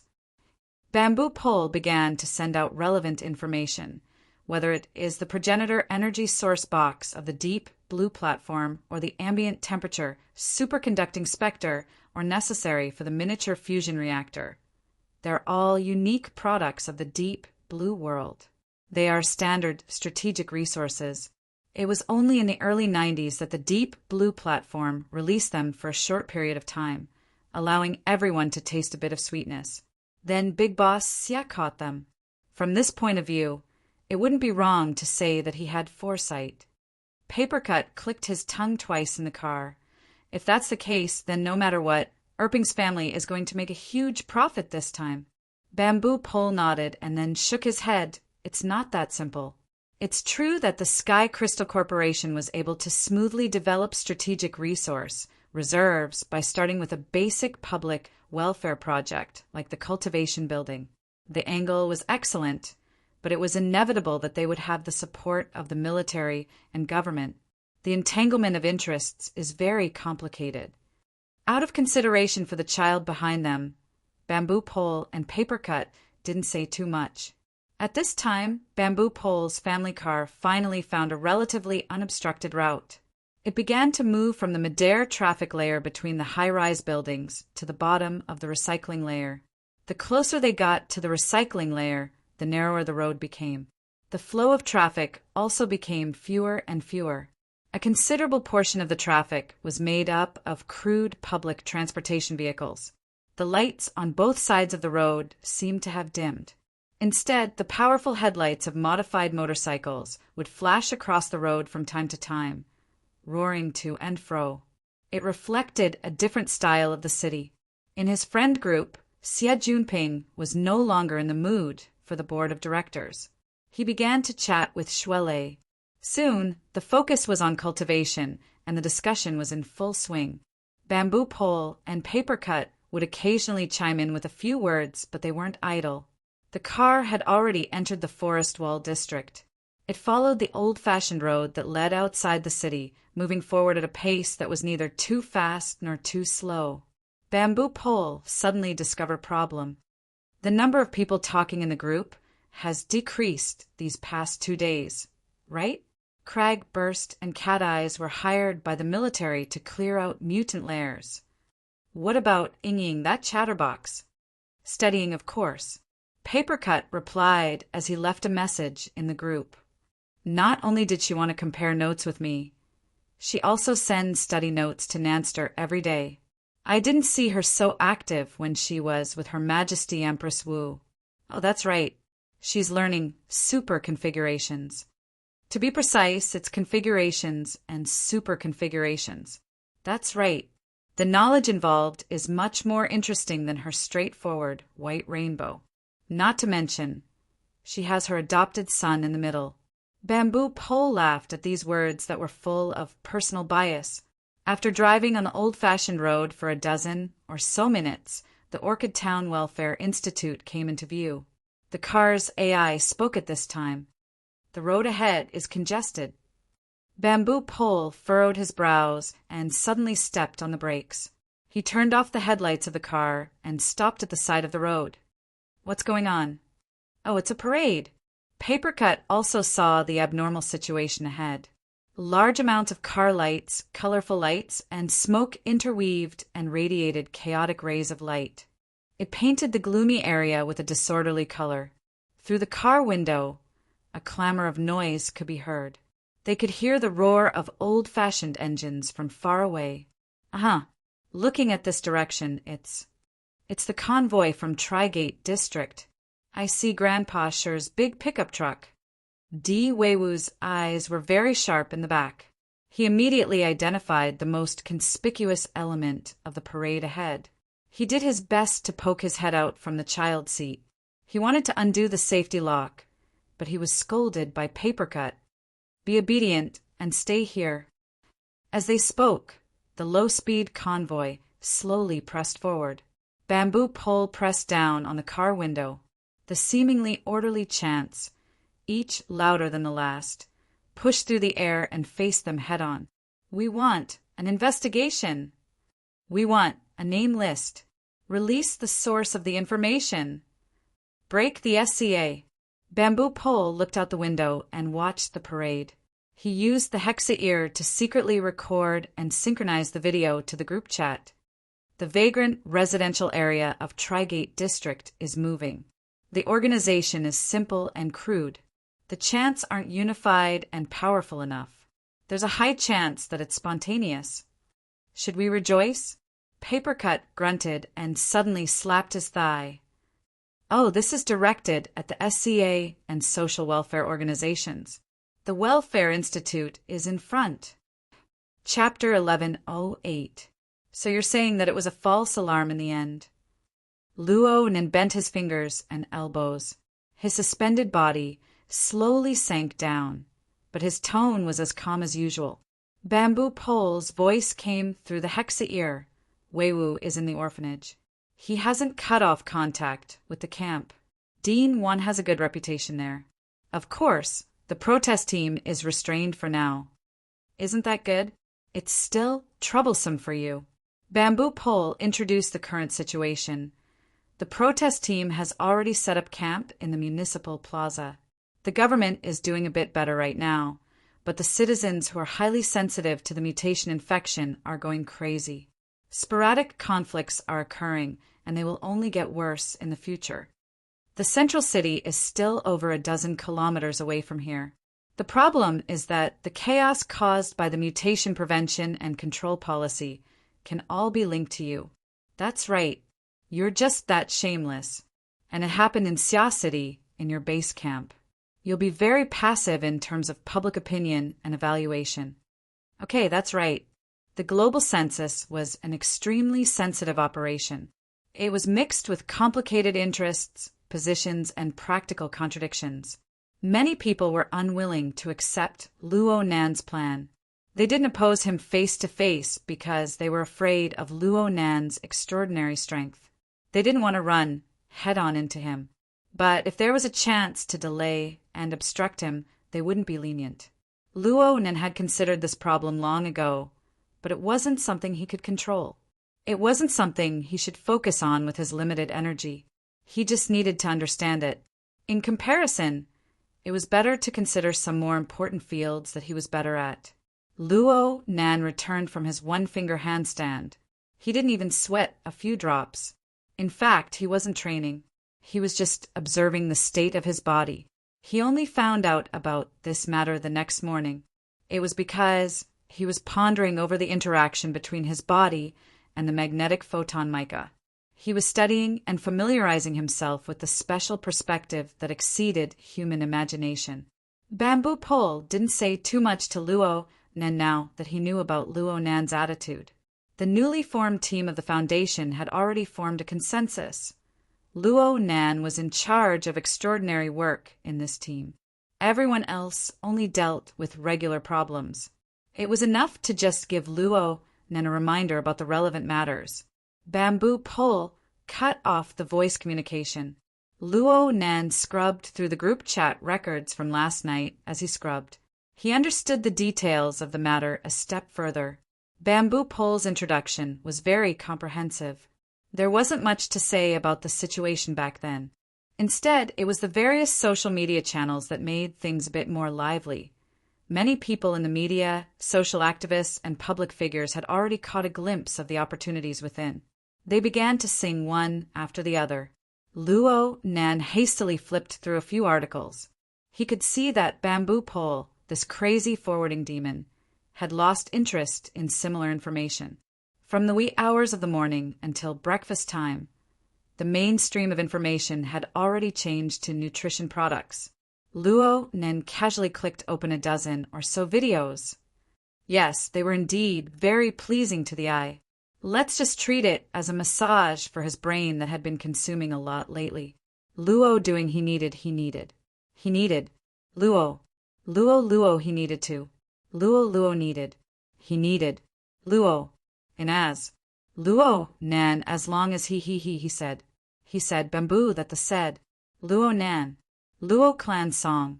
He said he's saying as the saying he as he's saying. As he. This was the value of a data specialist.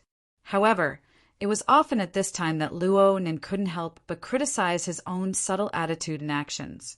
How depraved! Luo Nan, who was already seated at the dining table, let out a sigh. Breakfast isn't good? Madame Luo Shuqing, who had just urged the AI butler to complete the breakfast task, was at a sensitive moment. It's okay. Luo Nan said truthfully, the downloaded module is worth the money. Mo Peng immediately looked at him with admiration. This morning, there were only 3 of them at the dining table. Professor Mo Haihang, who was usually in charge of the kitchen, had gone straight to work after yesterday's birthday party because he was working overtime. Moya and Rue kept their word and stayed in the recording studio for the whole night. With half of the people gone, the atmosphere around the table was indeed a little quieter, but that was as far as it went. Don't talk so much if you don't have anything to say. Take care of your voice. All right. Luo Nan subconsciously dug at the slightly protruding Adam's apple on his neck. Speaking of which, his voice had been growing hoarser and hoarser these past few days. He had clearly entered the stage of voice change. Luo Nan's uncle and aunt let out visible sighs of relief following this change.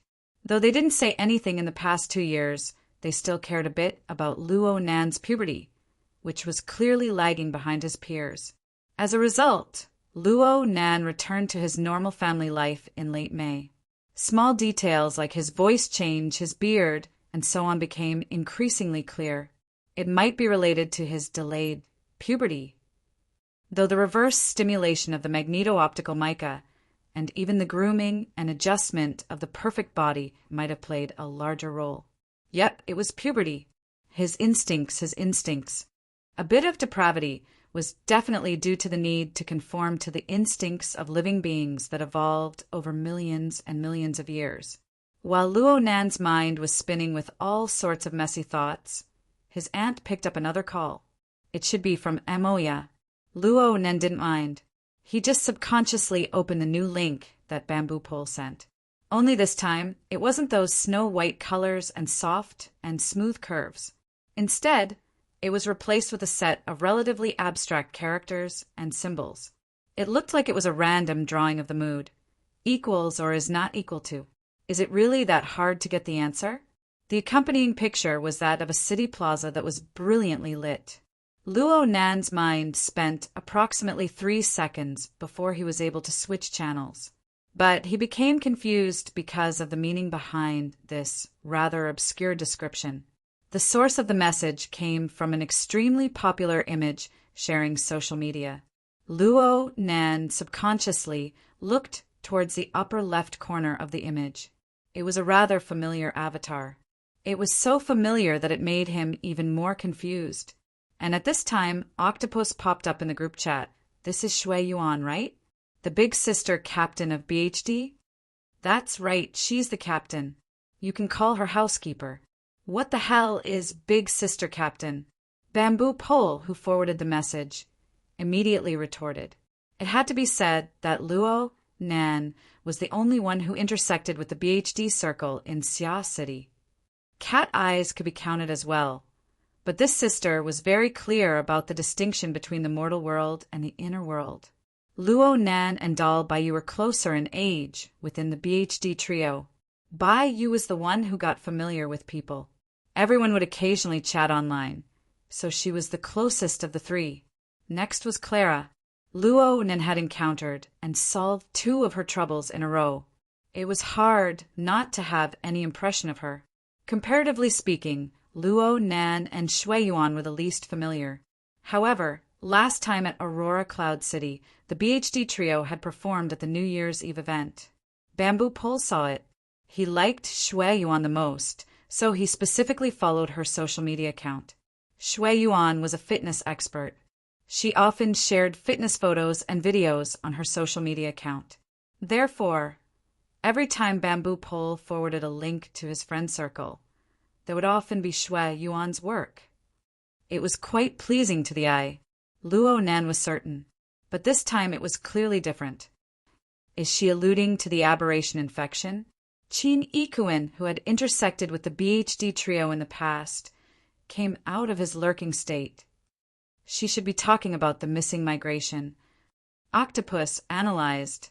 The picture of the municipal plaza speaks volumes. Even if she wasn't, the public believed that she was at such a sensitive time. Sporadic curses could already be seen in the comment section. This was because Shui Yuan herself was a little transparent among the artists. Even though the team had improved over the past half year, they had only risen from a group that could be cut off at any time to a marginalized group that needed to crazily rush shows in order to barely support their operating expenses. But no matter what was said, a public figure was a public figure. It didn't matter what standpoint one stood in the entertainment circle.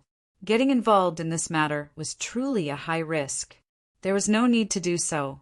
Luo Nan furrowed his brows. He saw that the discussion in the group was more or less the same as what he was thinking, so he didn't post any more opinions. The company that Moyu worked at might have some idiots, but they still had basic qualities. Perhaps it wouldn't be long before the company deleted Shui Yuan's post. Of course, it would be better if Luo Nan deleted it himself. As a friend, Luo Nan sent a message to Baiyu, asking her to remind her captain. After sending the message, Baiyu instantly replied with a dumbstruck emoji. Then she didn't say anything else. She probably went to remind Captain to deal with the matter over there. In the end, this was just a small matter. Luo Nan didn't pay too much attention to it. He continued to eat his meal in silence. At the same time, he split off a strand of his mind to continue to verify the various details of the external nutrients in his body's digestive and circulatory systems. He was searching for the basis for his detailed thesis. Luo Nan.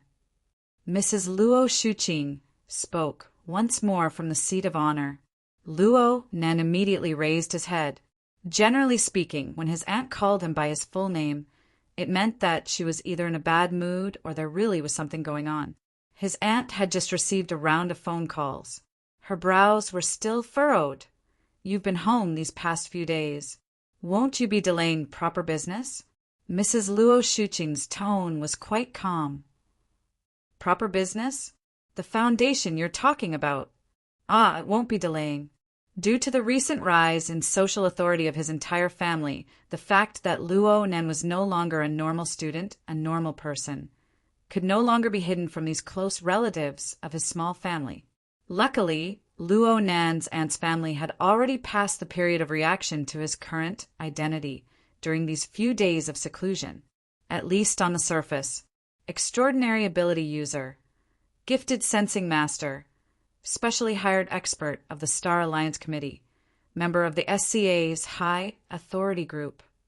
These titles were all information that educated people of the present generation could understand.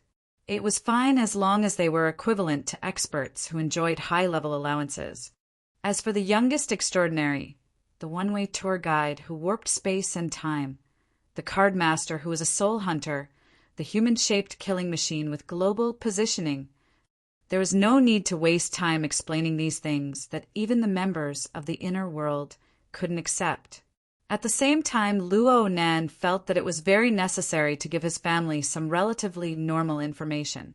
The Luo Nan and his friends' foundation was among the normal ones. It was enough as long as his family had a bit of vigilance. They wouldn't be easily taken advantage of and bullied by the enemy. The true security system still needed the Xia City branch. Most importantly, Luo Nan himself had to seriously arrange it. As for the government's security measures of authority, it was nothing more than a formality. With these considerations in mind, Luo Nan was happy to use his duck-like voice to say a few more words. The foundation is still in the preparatory stage. We just held a thank you ceremony yesterday. The funds aren't a problem, but the personnel aren't in place yet. This was the speech Luo Nan had prepared for the outside world. It was just as effective when he used it on his family. It wasn't that he was intentionally hiding it. It was just that knowing this was enough for 99% of the people in this world. As expected, Mrs. Luo Shuqing didn't ask any further. She said, "Then are you still going to Gear's laboratory today?" If there's nothing else, I'll still make a trip there. The facilities there are more complete.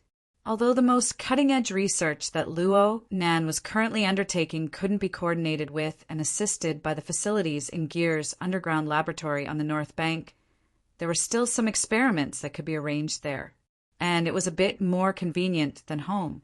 Having said this, Luo Nan cautiously asked, "Is there something you need?" Mrs. Luo Shuqing nodded. "Mo, you just called. Their recording isn't going too smoothly. They might not be able to finish in the morning, so they need to ask Rue when for leave. I just gave the school a call." Mo Peng, who was engrossed in eating his congee, suddenly raised his head. "Ask for leave. You approve?" Mrs. Luo Shuqing raised her wrist to look at her watch. She said unhappily, "Eat your food. You're already up late. If you keep dawdling, you don't want to go to school, right?" Mo Peng had a face full of grief and indignation. He turned his head to look at Luo Nan, hoping to obtain a bit of sympathy. A bit of consolation would be fine, but Luo Nan acted as if he didn't see it. Luckily, as an elder, Luo Nan felt that the atmosphere was a bit delicate when these words were spoken. He swallowed his reprimand and was silent for 2 seconds before speaking. Acumen College has been affected by the aberration infection. They're currently combing through their files. They're probably preparing for a rainy day. They're doing research on the children of vagrant families and the like. Luo Nan was startled. "Rue when isn't a vagrant."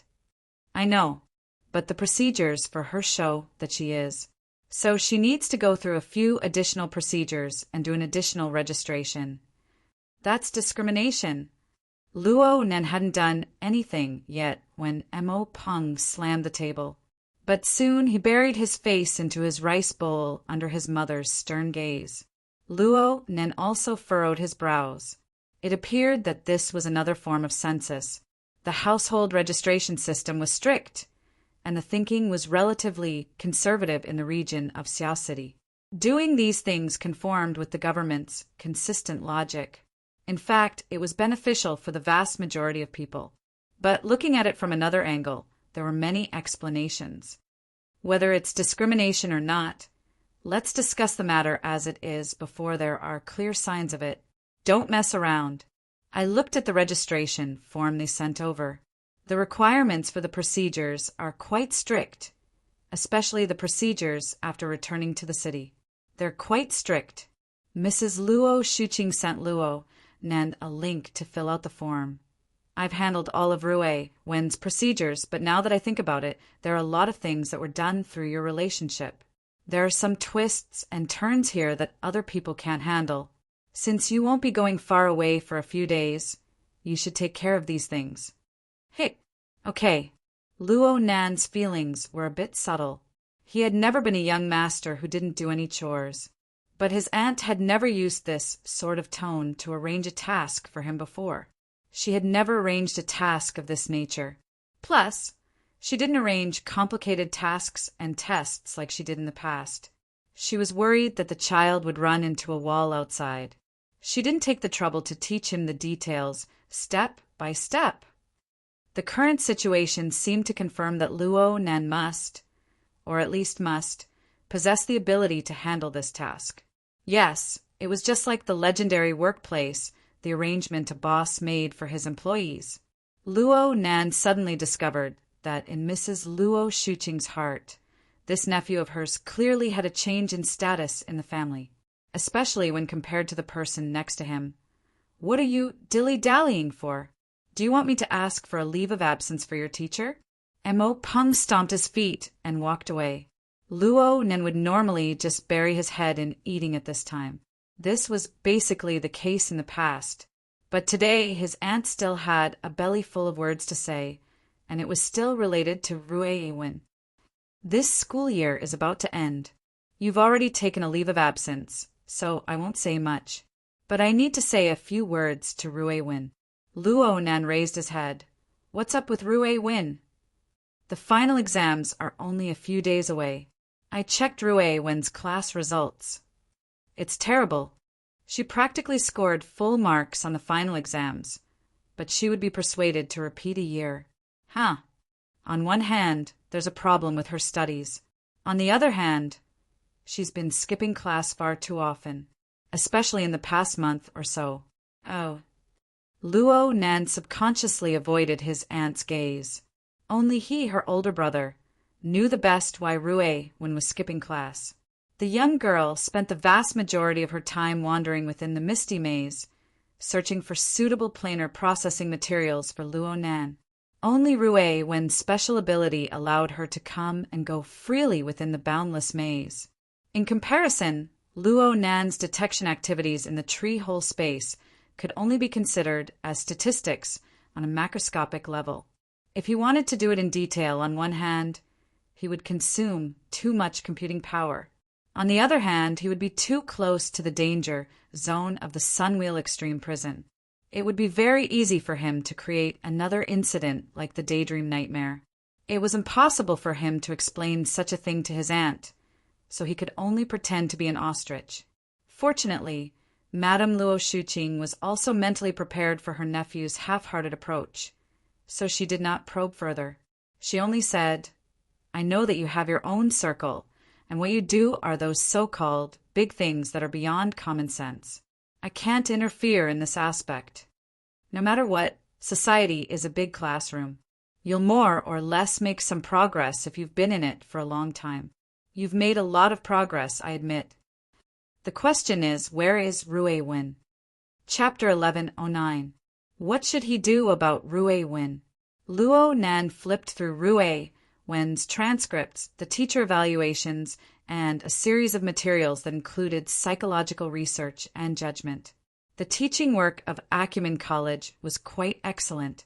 The relevant materials and evaluations were quite solid and reliable. And the more reliable they were, the clearer the problems highlighted above became.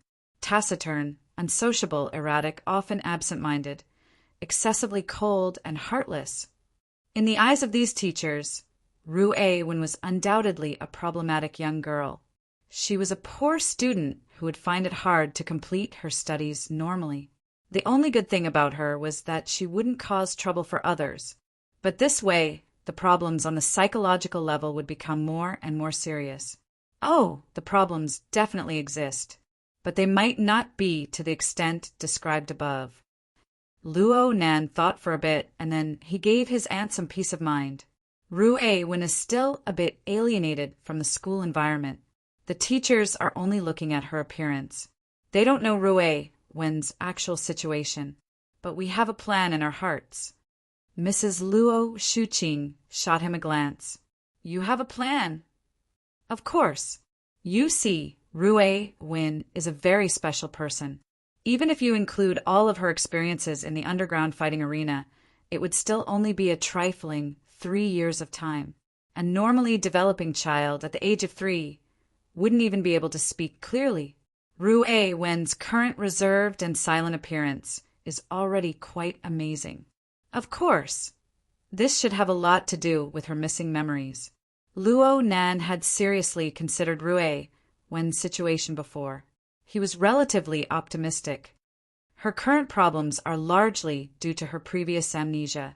Her effective memories exist for far too little time. It's so little that she doesn't even have enough time to form a complete personality. But how old is she right now? 12 or 13? Maybe even 8 or 9. There's still a lot of time in the future. As long as we give her a complete, warm family, if 1 year isn't enough, then 5 years. If 5 years isn't enough, then 10 years. Sooner or later, everything will be enriched. Mrs. Luo Shuqing stared at him. You're quite confident. Luo Nen spread his hands. In the end, Rue Wen was different from other people. Even if she scored a 0 in every subject, she would certainly become an influential figure in this world in the foreseeable future. That's right. Just based on Rue Wen's talent and strength, Luo Nen had already marked out her lower limit. As for her upper limit, Rue Wen was still unable to see it clearly. In short, she was absolutely not bad. The problem now was how to explain it to his aunt. His aunt certainly had a bit of mental preparation right now. But Luo Nen couldn't rashly say that those kids whose grades surpassed Rue Wen were nothing more than clay chickens and pottery dogs in the eyes of this little girl. They wouldn't be able to catch up even if they rode a spaceship in the future. Such a statement was too stupid. Luo Nen could only adopt a delaying tactic. He chuckled and flattered.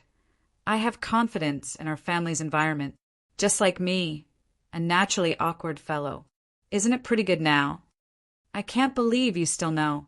Of course I know. In Rue Wen's current situation, one is time and the other is communication. We can only take our time. As for communication, it'll be better if we have a few friends of the same age or companions in the circle. In our circle, Rue Wen is the group's pet. Everyone loves her very much. She doesn't usually speak much at home, mainly because the age gap is too big. There's a generation gap. These kinds of words were obviously asking for a beating. Mrs. Luo Shuqing smacked Luo Nan, but she wasn't really angry. She turned her head and consoled herself. Recently, Amoya has brought her in and out of the recording studio. She seems to have gotten to know quite a few people. When I asked her when we got home, a few names popped out of her mouth. A few of them seemed to be young girls of the same age. But when I asked her to invite a few new friends over to our house as guests, she didn't follow up. Only now did Luo Nen know why his aunt was actually happy to see Rue Wen go to the recording studio. He laughed. Aunt, you can't be too hasty in your actions. Why is it like a blind date? Rue Wen needs at least a decade or 2 to get married. You've been training outside, but your mouth is getting more and more oily. Mrs. Luo Shuqing still wanted to give Luo Nan another slap, but she didn't do it in the end. Actually, I know that you and Rue Wen are both capable people. Capable people can eat no matter what. But in the end, the circle in which you two play around with your abilities is far too far away. Just like your father, mother, and grandfather. If they really could make a name for themselves in the wilderness, it would be fine if they didn't see anyone for a year or 2 or even 8 to 10 years. But in the end, they came back in such a sorry state, and then left in such a hurry. Mrs. Luo Shuqing suddenly froze when she spoke to this point. She soon forced a laugh. Ah, there's no need to talk about these things right now. You're much stronger than your grandfather and father. At least they don't have the ability to ascend to the heavens like you do. Bah! Luo Nen didn't say anything this time, but he still got smacked in the head. He had an innocent expression on his face, But he already understood in his heart that his aunt's uneasiness originated from her lack of familiarity with the inner world. She didn't understand Luo, Nan, and Rue Wen's positions in the circle. Of course, if she really did understand, she would only be more worried. Luo Nin could only play dumb. He absolutely couldn't continue the conversation. Don't worry. I'll take care of Rue Wen's matter today. I looked at the process just now. At most, I just need to make a trip to the orphanage, the civil affairs department, and the school. Speaking of which, Wei Wu and that little Ji, who just came over from the orphanage, are quite close to Rue Wen. You saw it all yesterday. I feel that Rue Wen looks at the two of them like she looks at the crow that often circles outside our window. Luo Nan was actually speechless. Luo Nan left the house early, bearing the pressure from his aunt. Okay, it was impossible for him to just run over to the administrative window to do the procedures. After all, he was a boss now. Okay, he was completely unfamiliar with the relevant procedures. Plus, he was still a minor. He wouldn't be able to do anything even if he went. Actually, he was just a second in command. Before he left the house, he had already passed the requirements for completing the procedures to Bamboo Pole. Wayne used to do this sort of thing, but she was currently in a state of closed-door training. It wasn't good to disturb her, so Bamboo Pole, the newly recruited high-ranking employee, could temporarily perform the duties of a secretary. Luo Nan didn't really want to be a hands-off shopkeeper. He just didn't want to mess around blindly. Right now, he and Bamboo Pole did a more detailed division of labor. I just asked.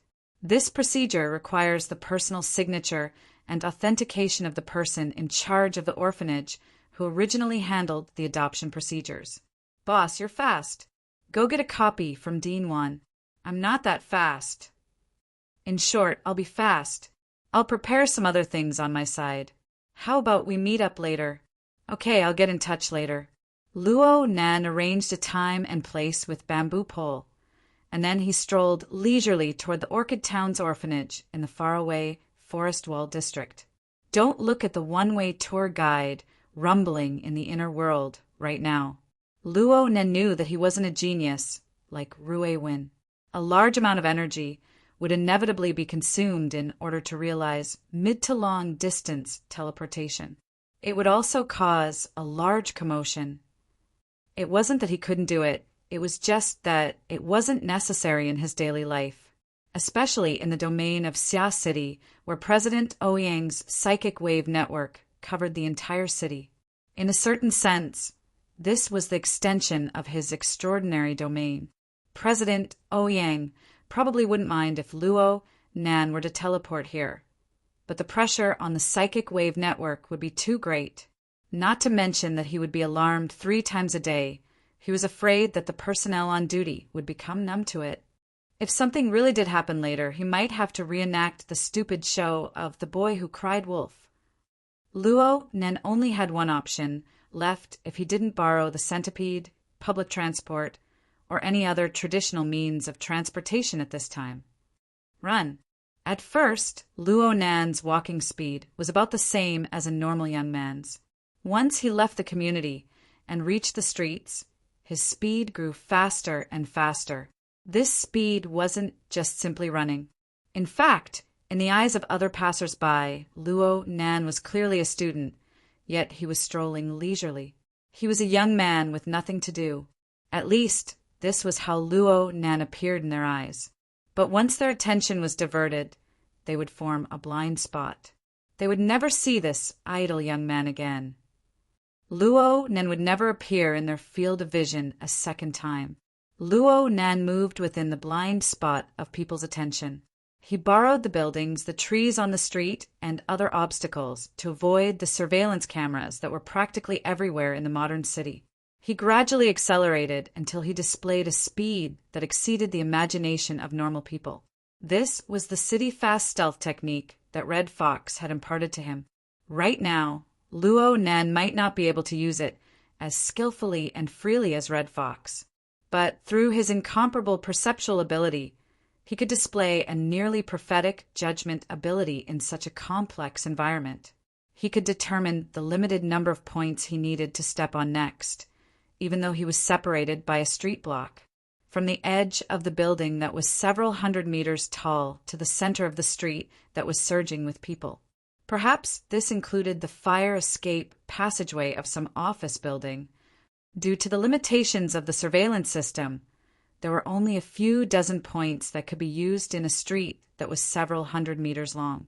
And because of the movement of the stream of people, these points were still rapidly changing.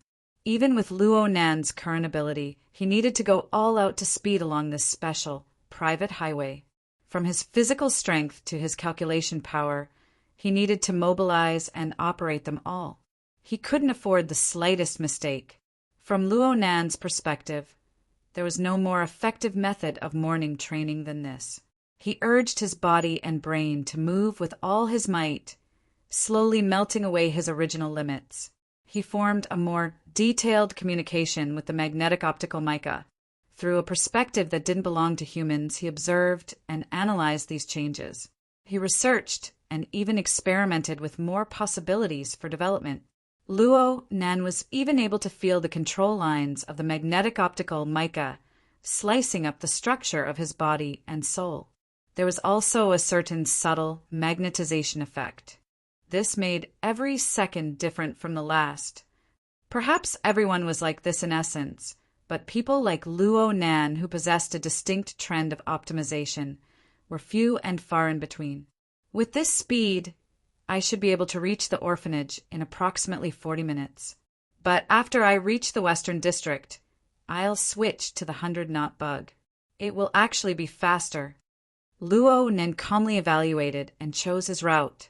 Right now, he was gliding from the middle section of an office building to an unmanned platform a few dozen meters away. And at this time, Bamboo Pole made a call. Let me add another piece of information. There are some procedures that require Rue Wen to personally verify. Fortunately, she doesn't need to personally be present, but some real-time communication is still necessary. She's with Moya.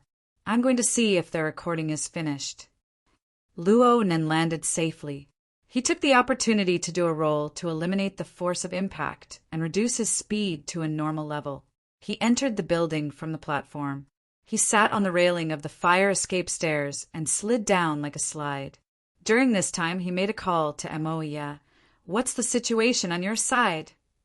She casually hasn't returned home for 10 days to half a month. What's the situation with her making a punitive expedition? It's not like I skipped home to participate in a music festival. What's the big deal with asking? After the brother and sister stabbed each other in the back, they both understood that the focal point of the issue was Rue Wen. So Moya sent Luo Nan a video. What the hell are you doing? The content of the video was a short few seconds. It was actually Clara, the little temptress with the constitution to attract disasters. She pulled Rue Wen along to face a mirror and teach her the wave action. That's right. It was the action that especially manifested flexibility, coordination, and of course, the beauty of a woman's body. Luo Nan swore that he had only watched it no more than 5 times. He only turned his head to reply after he distinguished that Clara's electric eyes were fundamentally different from Rue Wen's ice-cold gaze.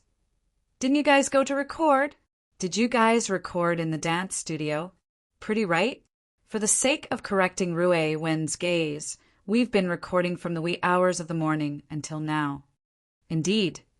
Luo Nan should be proud. Had he spontaneously grasped the crux of the problem? Actually, he came to a realization after Moya's reminder. With Rue Wen's wooden and taciturn nature, her gaze actually wouldn't be that aggressive. There was even a hidden attraction to the opposite sex hidden behind the aggressive gaze. Even if it was displayed in coordination with the wave action, this was clearly the gaze that had been packaged and adjusted. As a conservative parent, this was the time to yell, "He's young, so he shouldn't learn well." But Luo Nan wasn't that kind of person. In fact, he turned his hand and sent this video to his group of friends. Then he asked Moya, "Anything else?" The howling of wolves in the group of friends was transmitted over at nearly the same time as Moya's next video. The video still showed Rue when learning to dance. Only this time, the entire BHD crew was on the stage. The four of them formed a group and stepped to the beat of the soundtrack. They danced explosively.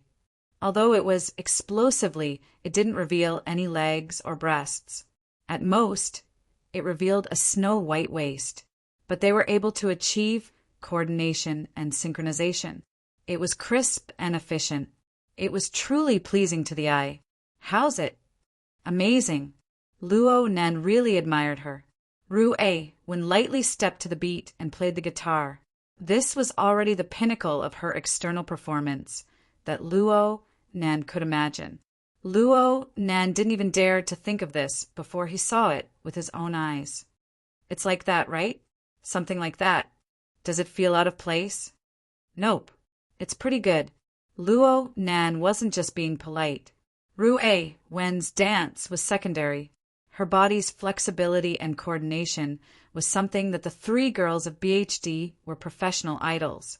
Even if they were multiplied by 10, they still wouldn't be able to compare. There really wasn't any difficulty in coordinating this sort of simple singing and dancing. What made Luo Nan, who was familiar with Rue Wen's temperament, feel particularly amazed was her expressive ability. Even though Rue Wen's face was ice cold and not a single fluctuation could be seen, the expression in her eyes as she danced was the same as when she was practicing her dance in front of the mirror. Her eyes revealed a sharp, offensive nature. It was very easy to associate her fiery and explosive dance with an allure of danger. Is she putting on a show? Luo Nan didn't just send these words to Amoya. He also sent them to his group of friends. Only after sending them did Luo Nan feel that this question was a bit out of the blue. But there were quite a few smart people in this world, and there were many by Luo Nan's side. Bamboo Pole, who had just been blasted out of the group, replied in an instant. He even took a screenshot of a moment where Rue Wen's chin was slightly raised. She looked down from high above with a gaze that seemed to be examining and disdainful. She's super expressive. An expert must have helped her adjust this gaze. Who taught her? Through Bamboo Pole's explanation, Luo Nan confirmed a step further that his conjecture wasn't wrong. In essence, Rue Wen was indeed a highly dangerous and aloof existence. But this danger and loftiness were hidden. They absolutely wouldn't be exposed so easily. So that gaze was a performance that had undergone an effective adjustment. Acting was a relatively high-level method of expression. If his aunt saw this scene, she should be quite relieved. Yep, Amoya might even be beaten to death. After a while, Amoya also replied, see, Rue Wen definitely has talent. Luo Nan sighed from the bottom of his heart. I really didn't expect. Hold on. I nearly let you get away with it. You said you stayed up all night for the recording, but in the end you guys did this? It really is a BHD recording. But Rue Wen doesn't have a deep understanding of this sort of dynamic music. Wouldn't it be great to let them interact a bit? Like hell, I'd believe you. Though he said this, Luo Nen admitted that this was indeed a very good start. Mrs. Luo Shuqing and Amoya, this mother and daughter pair, really did have a level in the area of educating and inspiring children, even though they didn't really get along with each other. I'll send this to my aunt. Let her have some fun. Don't. I'm sending it. Luo Nan, you're dead for sure. Gee. Luo Nen turned his head to look at the second video after teasing her for a bit. Yep, it was pure admiration. But when he saw the tallest and most fit figure within the group of four, his thoughts were evoked. He recalled the matter he had heard this morning. Hey, since you guys are together, do you know if the tweet about Shui Yuan has been deleted? Well, it's already been taken care of. This matter is very complicated. Don't get involved. Since you said it's complicated, it seems like it really is. Of course. Speaking of which, in my impression, Shui Yuan should be the most worry-free. Why did you suddenly think of posting that? It's none of our business, but it's none of our business. Luo Nan was just about to ask a step further when someone tagged him in his friend group on the Hexier. Pay attention. Is there someone secretly taking a picture of that shadow in the mirror? Chapter 11:10. In other words, the same object was viewed by many people. There would always be some differences in perspective. Rue Wen's 2 videos sparked heated discussion in the friend group. The more people watched, the more details were dug out. The person who spoke was the professional bodyguard, Mr. Gouda. There was a large age gap between this retired soldier and the others in the group. He normally didn't speak much, but he was very sensitive to his profession. Later, he uploaded a video that had been intelligently edited. There was an eye-catching red circle circling the corner of the large mirror in the dance studio. There was a figure that wasn't all that clear, but it was real. The figure was hidden behind the half-open door. Clearly, Amoya had inadvertently recorded this fellow through the reflection of the mirror when she was filming this video. Luo Nan frowned. He turned around and sent the edited video to Amoya. Can you recognize who this fellow is? Is he from your company? Amoya replied a few seconds later. I can't really tell. Let me check. There should be surveillance cameras in the hallway. There really are some people in the company who send out internal videos in exchange for some cigarettes and alcohol money. Oh, it's also possible that he's an Saising fan. If he can enter the company, then he really does have remarkable abilities. And Saising fan. According to Luo Nan's limited knowledge, a small group like BHD didn't have any Saising fans in the entertainment industry. But when they did, they were often extreme characters. Of course, they wouldn't commit murder or arson. If they truly had strong evil intentions, Rue would be the first to find out. Don't be careless. Let me know when you get the results. Luo Nan began to speed up once more. I'll go help Rue Wen with the procedures. What procedures? Luo Nan gave a simple explanation. Amoya chuckled on the other side, but she didn't say much. She casually sent Luo Nan a live video from the recording studio.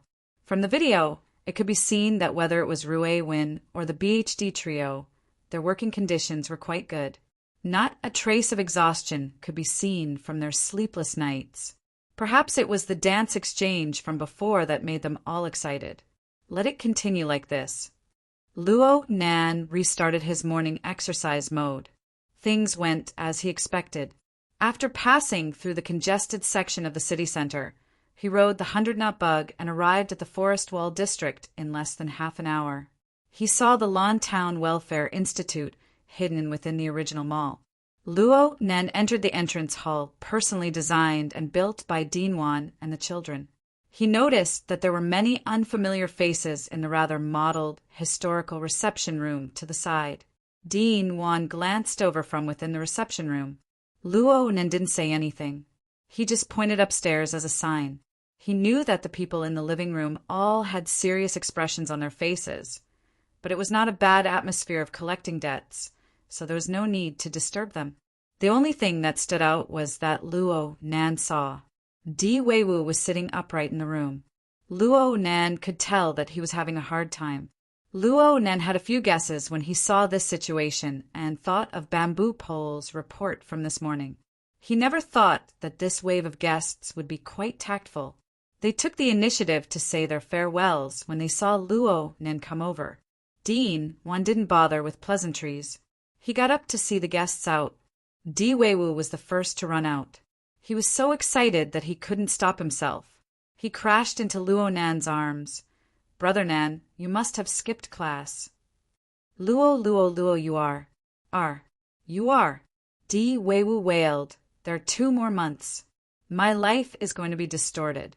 Take a look at Jia. I think he's a good role model. In fact, the vast majority of people yearn for that kind of educational opportunity. It's the vast majority of parents. Di Weiwu's unreasonable pestering amused quite a few people, including the departing guests. Dean Wan just nodded to Luo Nan. You came a bit earlier than I expected. I just came to see if you signed it. If you're done, I'll just take it and leave. The hard copy is ready, but it looks like it needs to be verified online. Wait a moment. Okay, you do what you need to do. I'll give this kid Weiwu a lesson first. There was nothing wrong with this conversation, but the guests who were about to leave were a bit more sensitive. Someone asked, online signature? Do you need to go through the vagrant adoption procedures? A relatively young woman stopped and revealed a smile to Luo Nan, classmate. You came by yourself to get the procedures? You're so amazing. Are you also a vagrant? It had been a long time since someone had spoken to Luo Nan like this. The corners of his eyes twitched subconsciously. Yes, it must be because of his voice-changing period. Also, his chin had begun to grow a bit of a beard over the past few days. His face still looked too tender. Luo Nan had a good temper. He just laughed and shook his head, I'm not. Then he led Di Weiwu upstairs. The little fellow was pulled away, but he still turned his head to back up the conversation. Brother Nen isn't a vagrant, but he takes good care of me. The woman didn't stop him. She just turned her head to speak to Dean Wan. Mr. Dean, we aren't forcing the hospital to do anything. We just hope that everyone can assist us and do some thoughtful work. We want a child like Weiwu to get online and find his family. He won't have any regrets in life. We will also pay great attention to the privacy of the relevant personnel. What's online? Luo Nen had some doubts in his mind. He asked Di Weiwu, but he was afraid that the little fellow wouldn't be able to explain it clearly. He simply threw this question into his friend group. The friend group has almost become a work group these days. Bamboo Pole's ridicule was completely unconvincing in front of the nutritional products he forwarded. But this didn't stop him from doing proper business.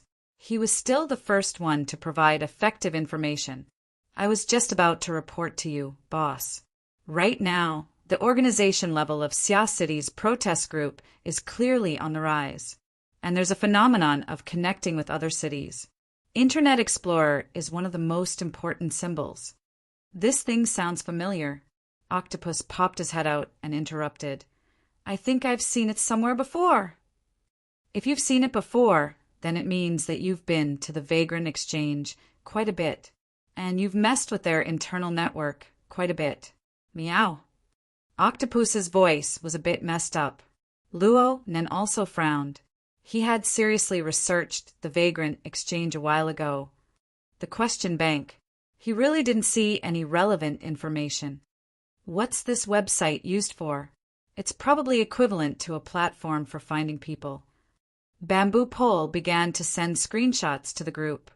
In the beginning, Online Wanderer was a social networking function module placed on the Vagrant Exchange's intranet. It was probably a reaction against the mainstream secrecy, but the response wasn't that great. After all, very few people would take unnecessary actions after accepting the Vagrant Exchange's unique private credit system. I don't know when it started, but someone borrowed the function of this module to develop a fill-in-the-blank game. It's probably about uploading basic information about a person and their family. Then it was continuously expanded and perfected to form a relatively complete relationship and social network. Of course, this was done at the cost of exposing other people's privacy. Then, perhaps because there were too many blanks in the fill-in-the-blanks game, the more people filled in the blanks, the more difficult the game became. It seemed to be proof that a lot of unknown missing people had appeared among the vagrants who returned to the city, which aroused the interest and suspicion of many people. Gradually, the case started to spread. Recently, someone in whose city has launched an activity. They encourage all vagrants to upload information related to themselves and their relatives. This is to form a relatively complete network of relationships, so as to fully reveal the blanks in the network. Clearly, this wind has blown to Xia City. Octopus chuckled. The legendary missing immigrants and vanishing relocation. Luo Nen didn't know if Octopus remembered the conversation on the platform yesterday. Luo Nan looked at Di Weiwu and decided to let this kid go for now. After Luo Nan let Di Weiwu go, he replied in the group and asked, "Whose city?" Bamboo Pole responded, "Xia City should be fine. There are some cities inland. Don't doubt that I'm talking about whose city. They did some bad things in the past, and now they're rebounding quite fiercely. From what I remember, it seems like that branch president is quite close to headquarters. As for what his name was, Luo Nan really couldn't think of it for the time being. Gao Winfu. Red Fox suddenly popped up. It was a simple reply, but it sounded like he was chewing on ice shards. Is he your enemy? Papercut followed closely and asked in passing. I don't have the qualifications to become enemies with him. Otherwise, I wouldn't have made it to Xia City alive. Red Fox spoke calmly. However, this person is undoubtedly the leader of Hu City. He has thousands upon thousands of disciples, and disciples. His influence radiates far and wide. He might have clashed with him that time. I understand. Luo Nan thought for a moment. He didn't have a deep impression of this person. Red Fox must have participated in the summit that day, but he didn't sit in the core circle. Octopus suddenly had a strange thought. They all have the surname Gao. Celestial Master Gao and Brother Gauda, are you related to them? They're out of my league. Gauda's answer was very simple. Dean Wan had already sent off the guests at this time. He came up to help Luo Nan complete the signing and authentication procedures. Though it was complicated, it didn't take much time. Luo Nan took the opportunity to ask about the origins of the guests. Sure enough, they came from the vagrant camp in the Trigate district. They even specially hired a very famous social activist. She was the woman who had asked the question. It looks like this demonstration won't stop anytime soon. They can't be going door to check the vagrants who have entered the adoption process, right? Dean Wan shook his head. Right now, they hope to establish contact with the vagrants on this channel through various welfare homes. It can only be said to be a request. Their attitude is okay. It's also possible that the minor vagrant children aren't the main focus of this activity. Is it because the majority of the missing are adults? Dean Wan nodded silently. Luo Nan let out a breath and didn't say anything more. Though the current vagrant demonstration and other events were equivalent to adding chaos to Luo Nan's global census from a certain perspective, Luo Nan didn't care about this. He wasn't the instigator of the chaos. People who were worried about the chaos often doubted their ability to uncover the truth. Luo Nan was very confident in himself. Thank you, Dean Wan. I'm going to continue with the procedures. Wait a moment. Dean Wan stopped Luo Nan. He took out a ball-shaped object from his pocket and handed it over. This little toy was a bit like the incense basket used in ancient times for incense. It was perfectly round, and its surface was a hollow structure. It was extremely detailed, but there weren't many patterns that could be discerned. The veined patterns were relatively abstract. Luo Nan couldn't see the material. He held it in his hand and pinched it. It was quite hard, but the luster of its surface structure made it seem like it would break easily. What's this? Chapter 1111. Dean Wan thought for a moment. Let's call it the seismograph for now. Thanks to you, I was able to make a trip to the 70 format laboratory. I more or less gained something. This was the truth. However, Luo Nan rarely talked about this information with Dean Wan. He just had a tacit understanding in his heart. Suddenly speaking of this aroused Luo Nan's curiosity. I've never asked, Dean. Have you found the source of the divine revelation? I haven't. Dean Wan never denied that his extraordinary power and knowledge came from the divine revelation he experienced in the wilderness. He had been diligently seeking these past few years, hoping to find the true source of all this. Unfortunately, he didn't succeed this time. Dean Wan himself was quite calm. Order doesn't equal smoothness. Perhaps it's just a confirmation of our current ignorance. Oh. Dean Wan's words were sometimes even more awkward than Luo Nan's. However, Luo Nan had a conjecture regarding his understanding of the God's revelation. The core of the grassroots organization of the order of creation that Dean Wan had created had far too many similarities with the school of creation that Luo Nan had come into contact with at the relay station. If the worn-out spaceship outside of the Sunwheel prison was added to the traces of information projected to Earth's spacetime.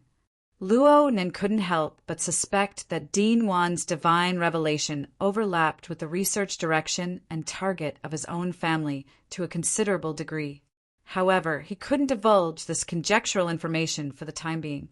It was very likely that Dean Wan had already sensed it. Yes, this was tacit understanding. Dean Wan explained the design of the seismograph. My experience in the laboratory gave me some inspiration and stimulation. It's unavoidable to feel that the space-time environment we are in right now isn't particularly stable. Luo Nan went, Then he laughed. Dean Wan continued, After returning to Xia City, that feeling lingered around me. I don't know if it's real or just my imagination. So I made this thing, hoping to verify it. It's mainly based on what I've seen and heard in the laboratory, and with reference to the environment on both sides, I made a sensor device. Of course, I'm still lacking a layer. There are many parameters that I can't fill in. If possible, you can try to complete it. Though Dean Wan's explanation was not clear and direct, Luo Nen still understood. This should be a part of Dean Wan's experience after coming into close contact with the Misty Labyrinth. Dean Wan used a creation technique he was most proficient in to form a tangible object. Without a doubt, this was a good opportunity to observe and understand the Misty Labyrinth from a different angle. Of course, Luo Nen accepted. I'll go back and study it. I'll go back and do some research. The two of them did not exchange any pleasantries. Both of them were pure researchers, and most of their communication was through the products under their hands. Luo Nen tossed the seismograph up and down. The reason why it was called this was because Dean Wan was quite certain of the relationship between the Misty Labyrinth and the Earth's local spacetime. At this moment, Luo Nen involuntarily thought back to the series of research that Peony and the others had done in Spring City some time ago. There was also the poetic metaphor of the wheel that ran over time and space. All right, I have to admit that there are many capable people in this world. By the time Luo Nan and Bamboo Pole met up in front of the SCA office building in Xia City, it was already around 11 o'clock in the morning. By this time, they could go to the government department to go through the normal procedures. They could find a restaurant outside to get ready, eat their fill, and come back in the afternoon. Of course, Luo Nan didn't need to do this. By the time he arrived, his temporary secretary, Bamboo Pole, had already straightened out the procedures and people on this side. What Luo Nan needed to do wasn't just simple procedures. He needed to make further adjustments.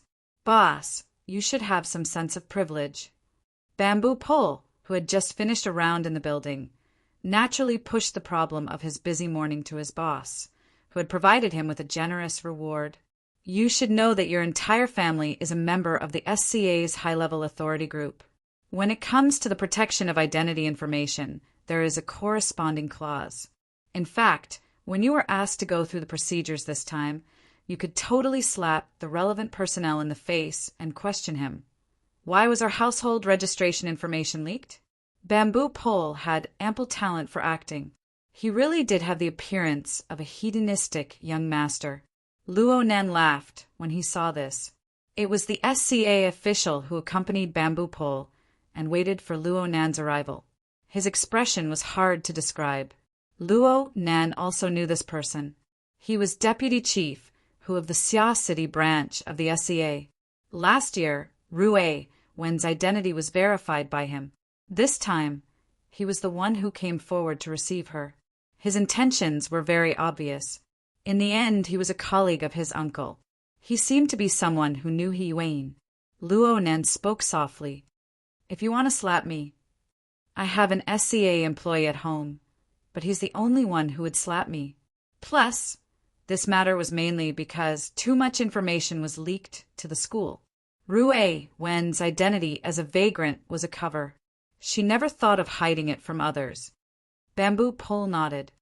But I still suggest that after this matter, the measures to protect identity information must be strengthened. Perhaps this little trick will be completely useless against a true adversary, but at the very least, it won't be a waste of time for inexplicable reasons. You're right. Chief who? I'll have to trouble you from now on. No trouble at all. I'm ashamed to say this, but our service really isn't up to standard. Deputy Chief, whose attitude was even more humble than the last time they met. He led the two inside. Luo Nen didn't actually need to personally handle the specific procedures. Luo Nen had already given the SCA and the government system of Xia City a gargantuan amount of face by sending over Dean Wan's personal verification. Under Bamboo Pole's mediation, what Luo Nen needed to do right now was basically to negotiate and question. Of course, neither Luo Nen nor Bamboo Pole paid much attention to it. They changed the subject on the way. I made a little discovery just now. It's related to our cute, beautiful housekeeper, Miss Shui Yuan. Didn't you mention something about the game network? I just went up to do a bit of research. She's up there? So she's a vagrant. Luo Nen immediately had a guess. You had said something in the morning about being confused when one is involved. Bamboo Pole nodded. She's not just a vagrant. She's quite a senior in the game network. What I'm trying to say is that she was already registered on this website before it became famous. She probably just left the circle. Is she a member of the exchange? That's not it. I also did a bit of research. Miss Shui Yuan is a relatively rare city migrant. She followed her adoptive parents from Hu City to Xia City when she was 8 years old. It's been 10 years since then. She had been adopted into this adoptive family for no more than 3 months before that. It was also not long after Hu City released the Vagrant Relocation Act. She was one of the first vagrant descendants to be adopted. Due to the fact that the procedures weren't complete back then and the fact that she was moving across the city, her vagrant identity was never revealed until now. It sounds quite complicated. It's just that it was complicated back then. Bamboo Pole spread his hands. Actually, the reason I'm telling you this is because if I can dig up her background, then others can too. Actually, I just casually looked up some information when I was drinking coffee in Chief Hu's room. I didn't even use any technical methods. See, Shui Yuan's vagrant identity isn't exposed. Once exposed, the trouble will definitely escalate. Bamboo Pole's judgment was still ringing in Luo Nan's ears when something happened over at BHD. And the funny thing was that Luo Nan didn't find out about this from Ya or Ruiwen. Instead, he found out about this from a hot topic on social media. A short video spread across many popular social media platforms in Xia City. It quickly became popular and eventually activated Bamboo Pole's network sniffing and capturing mechanism, allowing the video to enter his database. Soon, the two people in charge of the Xia City branch of the SCA were left dumbstruck by the sudden explosion of the video. The place where the video was taken should be the office building where Ming Tang Culture was located, and the person filming it was most likely a paparazzi reporter. The reason they said so was because they had no idea where they got the news from. They blocked the elevator entrance and accurately captured the BHD team. From the video, it could be seen that the paparazzi were clearly heading for Shui Yuan.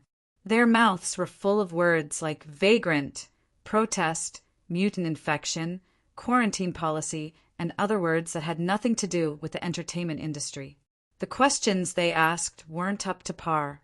They just picked out the most exciting things to say. Look at the trio from BHD, especially Shui Yuan's reaction. What kind of reaction could she have? The trio from BHD, who had just made some progress from being an amateur, had never seen such a spectacle before. Their beautiful faces turned pale for a time. They retreated and were completely blocked inside the elevator. But in the next moment, the people at the very front of the crowded elevator entrance all lost their balance for some unknown reason. Some fell forward, some fell backward, and a large number of people fell. And on top of the bodies that fell all over the floor was Ruiwen. It was without a doubt Ruiwen. It was unknown when she arrived at the front. She was the first one to break through the crowd from the elevator. She crossed the chaotic area on the ground and led the trio from BHD, as well as Emoya and the others, to quickly break through the encirclement. No, it wasn't accurate to say that they broke through the encirclement. They simply swaggered off. What's going on? Luo Nan was a bit stupefied. No wonder the internet was exploding. When celebrities from all walks of life were interviewed, all sorts of dark histories emerged one after another. But most of the time there were filters, inappropriate statements, covert insults, and so on. It was truly unheard of for someone to overturn more than 10 people at once and swagger off like that. If it was a bodyguard, then it would have been fine to rely on brute force to commit murder. But the one who made a move in that instant was a little girl who looked to be a few years younger than the trio from BHD. What's going on? Luo Nan found Emoya's number and called her. He actually couldn't get through twice in a row. When he finally got through with great difficulty, he was showered with these words. It's the ones you've seen on the internet. They're cool, right? Emo, you was clearly still in a state of excitement. If these words get passed to the reporters, you'll be an instigator. It's not that serious. We were just defending ourselves. Luo Nan learned more information from Emoya's mouth. The reporters that had surged over were fine. They looked like a surging crowd with an extraordinary aura. But in reality, there were only 2 or 3 reporters with interview permits, and they were all from unrated tabloids. If this was the case, then the agent who had been following them from the side was completely capable of controlling the situation. But Luo Nan never expected that these paparazzi reporters had actually been summoned by some anti-fans. That's right.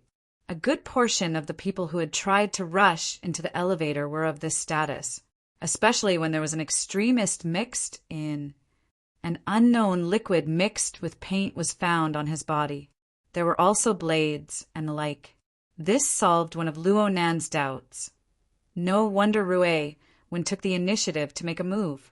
It was said that this person was originally a fanatical fan of Shui Yuan, but at the same time he was also an extreme anti-vagrant member. Shui Yuan's registration on Yolian clearly pricked his paranoid and fragile nerves. He gathered with other anti-fans and summoned paparazzi to set up this trap.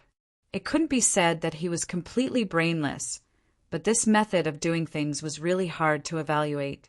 Luo Nan didn't feel like wasting even a second on this kind of person. He was more concerned about the aftermath of this matter. There were far too many people involved in this matter. Rue, One, Emoya, and the trio from BHD all appeared on camera in this matter. And from the perspective of the people in the entertainment circle, this sort of sharp rise in negative popularity was absolutely not a good thing. Luo Nan and Bamboo Pole glanced at each other. Bamboo Pole had just walked through Luo Nan's online information database. Bamboo Pole turned to reveal a serious expression. A dam of 1,000 miles can collapse because of an ant's nest. Without a good beginning, the entire matter is destined to be utterly terrible. Look, this is the trouble caused by you people letting the high-level privileges go unused. Luo Nan shook his head and directly got up. You guys talk. I'm going to take a few calls. This short video began to ferment in Luo Nan's circle of friends and relatives in the time it took to make a few phone calls. Many people, including Luo Nan's aunt and uncle, called to inquire about the situation. There were even more calls from Emoya. There was no need for a professional like Bamboo Pole to make a move in the group of friends. Information regarding this matter came from various social media and various other online platforms. All of them were gathered in an endless stream. The focus of the matter had clearly shifted. The attention of the masses of netizens didn't have the patience to investigate the complicated background. Who was Shui Yuan from the BHD group? Why did they dare to do such a thing? Why did they do such a thing? It would be hard to get any results without waiting for a few days.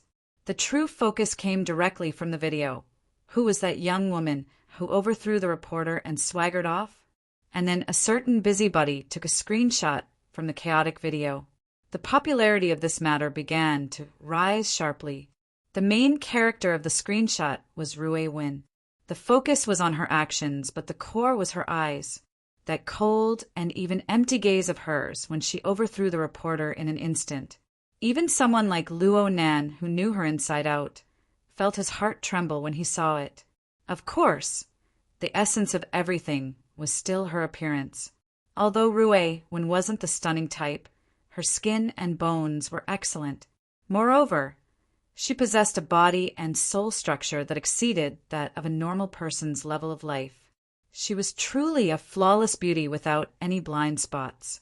She absolutely could withstand the nitpicking and comparison of those bootlickers on the internet. All of this was quickly streamed on the internet this morning with the dance practice video of Rui Wen and the BHD group. It caused a further commotion. Chapter 1112. Is this a publicity stunt? The amount of information about the demon-eyed woman on the internet had been fluctuating, but it maintained a certain level of popularity and did not stop for a few days. As a result, Zhang Yingying, who had been concentrating on the God-Son raising technique, couldn't help but wonder and sigh when she handed in her homework. Don't you have a limit? This isn't normal. The general public would only find it abnormal if there's a restriction, right? Zhang Yingying was quick-witted and immediately grasped the key point. You're letting this go? It's just tacitly allowing some people to add fuel to the fire. Understood. Protect that long-legged snow garden and divert the public's attention.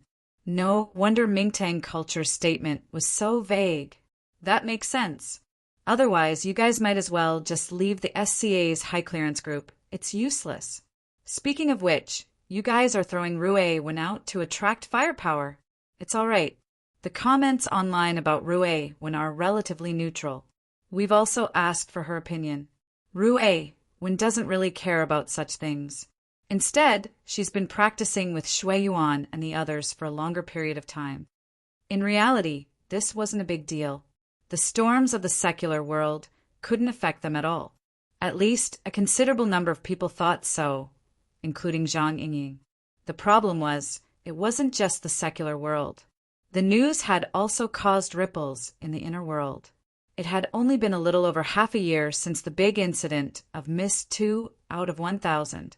She could have become a world-class tycoon in a single leap, but in the end she had fallen into the so-called trap of opportunity of an extraordinary. This incident was still fresh in many people's minds. Needless to say, Luo Nan was one of the main characters of this incident.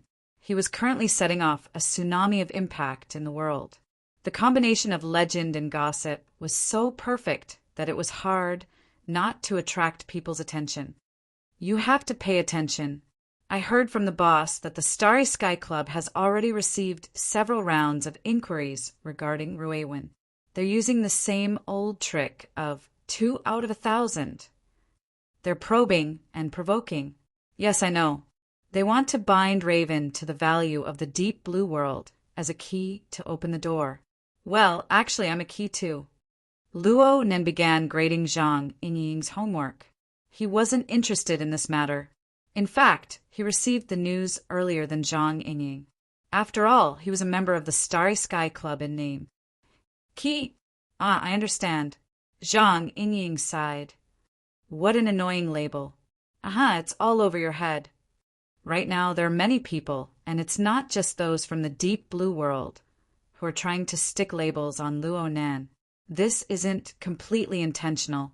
They are facing an object that they are temporarily unable to understand, and they are unwilling to pay the cost of time.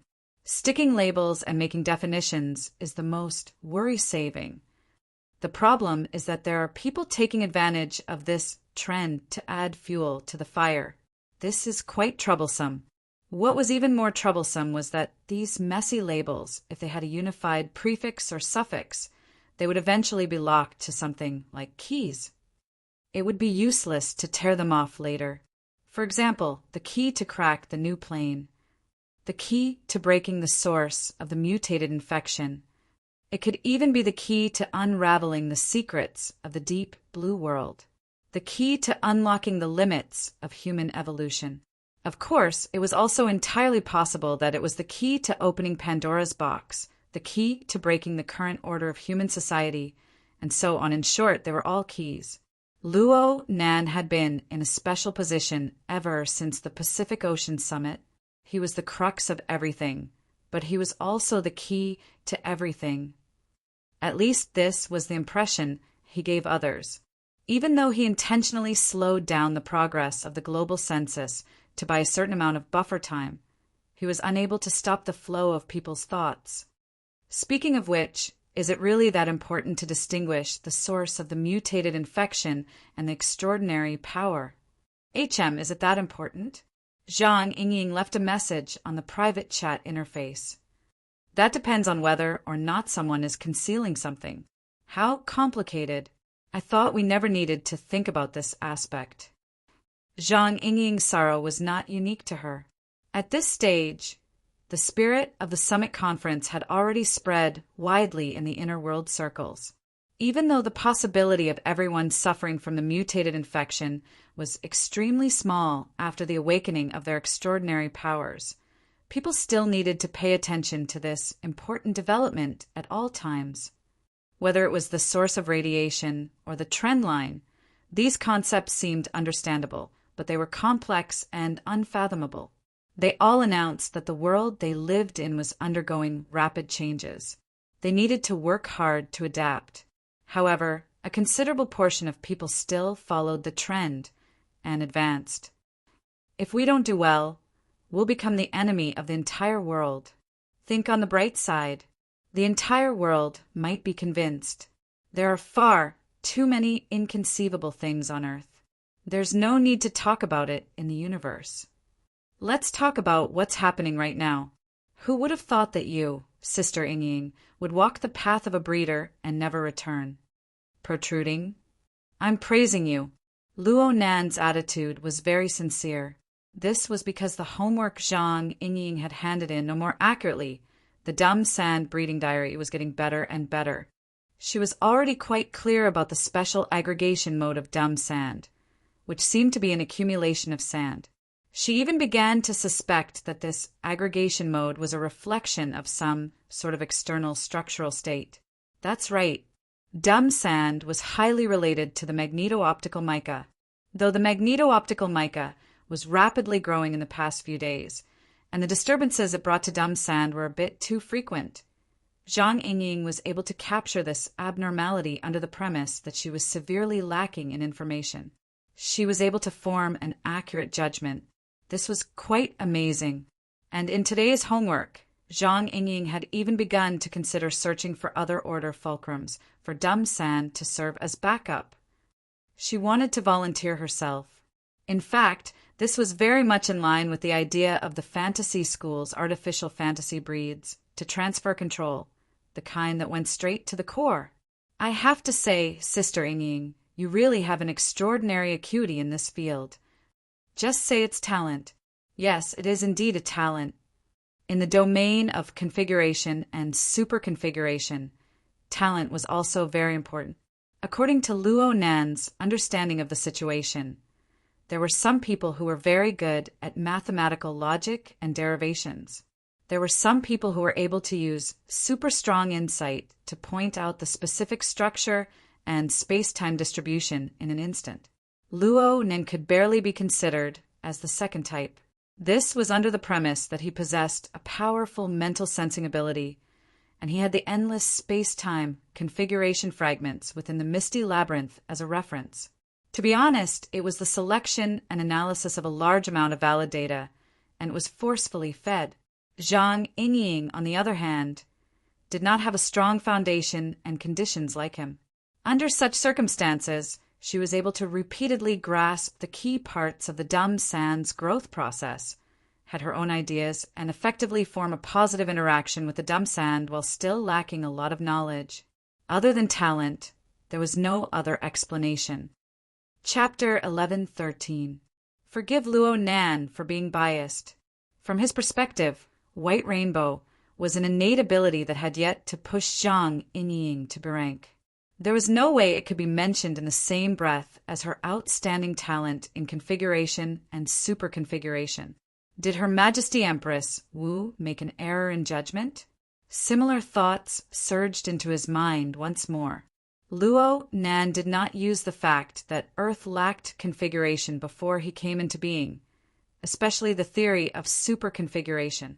From his perspective, this shouldn't be a problem for Her Majesty Empress Wu. Forget it. I don't think. Luo Nan had already graded Zhang Yingying's homework and discussed a few specific details. In the end, he asked, "Do you want me to open up an experimental area for you in the Blood-Will Rings fortress?" Huh. I see that you've already begun to consider the problem of a simple configuration's systematic aggregation, but you don't dare to perform overly extreme experiments on dumb sand. Then you'll need to find another suitable target. You... Zhang Yingying used exclamation marks to express her emotions. Are you going to use the people of the branch as lab rats? Are you going to bring the Blood-Will Rings fortress to life? Just from this question alone, it could be seen that Zhang Yingying had a plan in mind. She had captured Luo Nan's train of thought. It shouldn't be too difficult to use the Blood-Will Ring as a basic unit to create a simple consciousness system. After all, the structure of the Blood-Will Ring is simple, and the investment in soul strength is limited. There won't be any problems. Luo Nan was certain in his mind. Right now, the fortress has more of a creation component. The flavor of fantasy is too light, and it's a relatively shallow application. It's a bit of a waste of resources. Also, it's easier to filter out people like you, Sister Yingying, who possess the gift of configuration and superconfiguration. The chances of this are small, but there's no way to go wrong with this. Do what you want. Zhang Yingying decisively gave up on her plans to investigate further. In this domain, Luo Nan was the authority of authority. Yes, wrong. In this domain, he was the only authority on Earth. No one could compare to him. She would just do whatever Luo Nan said. Then I'll start making preparations. Luo Yanwei, tell President Ouyang, Gao Tianshi, and the others. They've been very tight these past few days. I don't want them to treat me as a spy because of a miscommunication. There were quite a few ability users in Xia City, especially those with fleshly bodies. It was better to use the psychic wave network to construct the Ring of Blood-Will. Recently, the branch had been researching the connection between the psychic wave network and the Ring of Blood-Will. Luo Nan responded with a grunt. Then he asked curiously, "President Ouyang, why are you so nervous?" You don't know? Mo La, who came over to visit his family, has been going in and out of the psychic wave network. He seems to be doing some tests. With such a top-notch assassin beside you, no one would have a good time, right? Can't we just chase her away? The problem is that President Ouyang also wants to take this opportunity to improve the infrastructure of the psychic wave network and upgrade it. That's up to you. Speaking of which, you really don't take it seriously. Luo Nan replied with a puzzled emoji. Don't think that just because you brought out the name of a global census, others will look at the whole world like you. That Mo La and many others might think that you are trying to divert the attention. Now, if you stop at any place for too long, someone might suspect that there's something wrong with that place. There's already a rumor outside. You're talking about the new plane, right? I don't care what other people think. Besides, their thoughts can't be wrong. Sigma degree, retract.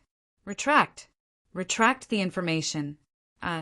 Didn't you see the research results of Professor Wu Zunliang and Peony's team? I can't say that their research has touched upon the essence, but I rather approve of the general trends and phenomena. Pure research is really great. If the matters of the world could be dissected and solved in this way, then it would be super simple and super blissful. Bullshit. Don't be so sour. For the sake of doing research, this sister's hair is falling one by one. Zhang Yingying directly used voice to complain. Reclamation seems like something that happened in my previous life. The so-called reclamation was playing the 10 days in the wilderness game. For a heavy player like Zhang Yingying, this was quite hurtful. Luo Nan said in passing, I'm really going to reclaim the wilderness tomorrow. When I come back, everyone can go to Frost River Reality and relax.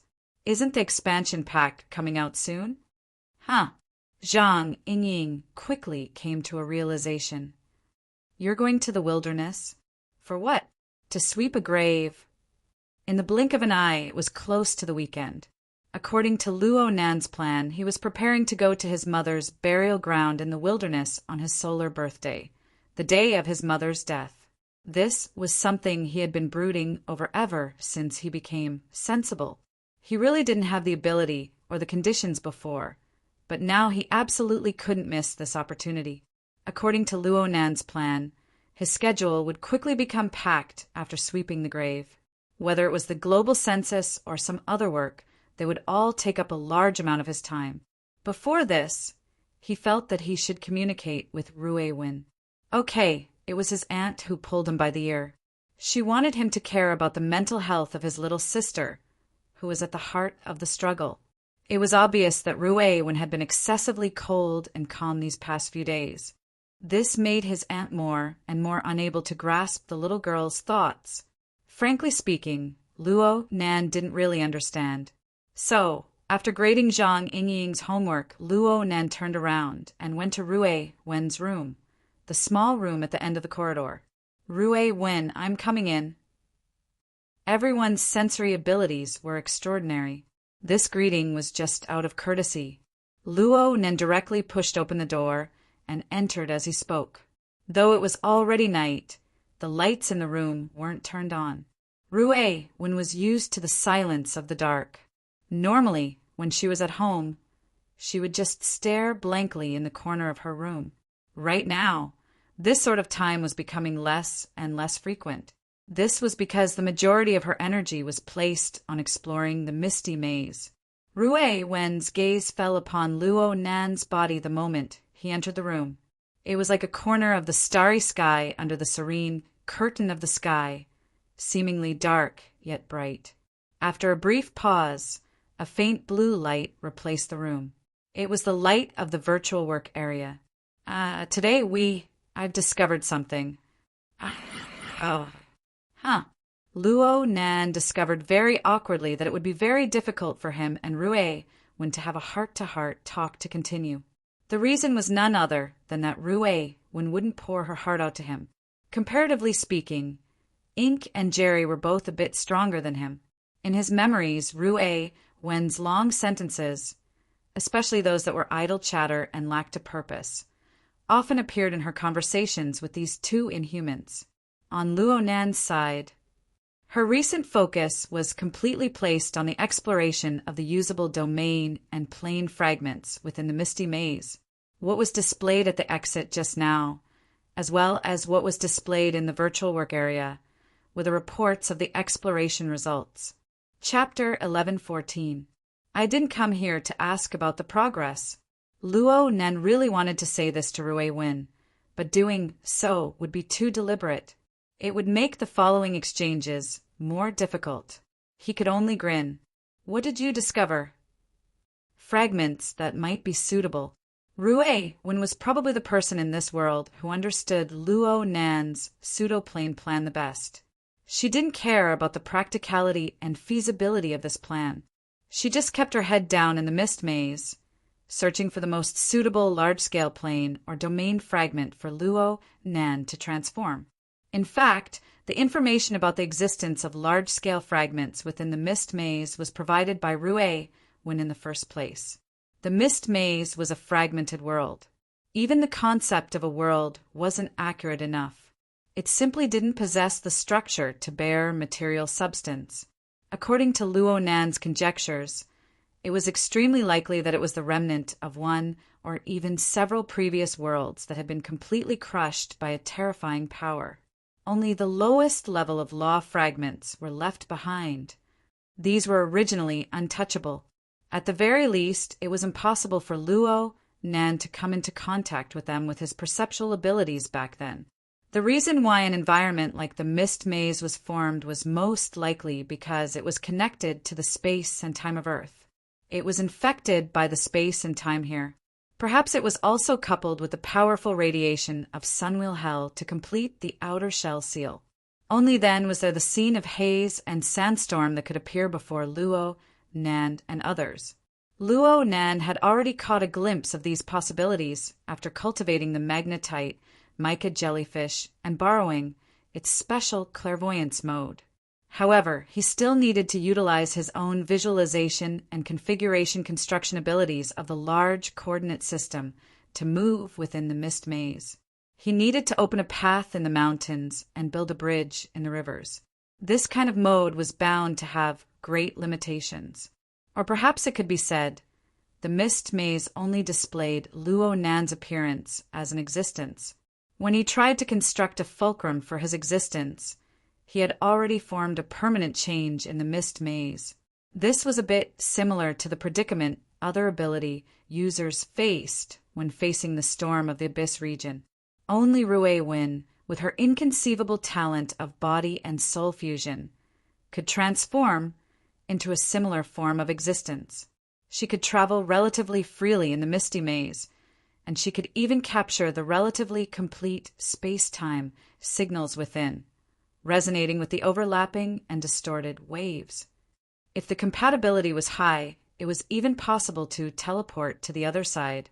Generally speaking, fragments that were able to emit and retain a relatively complete signal in a highly complex and chaotic region were all fragments of a larger scale. Rui Wen had followed this train of thought to explore the depths of the mist labyrinth, and the results were basically in line with her guesses. Luo Nan would occasionally be able to capture this sort of signal within the tree-hole space that he had constructed himself, but he blushed with shame. The precision of his probing was far inferior to Rui Wen's natural talent.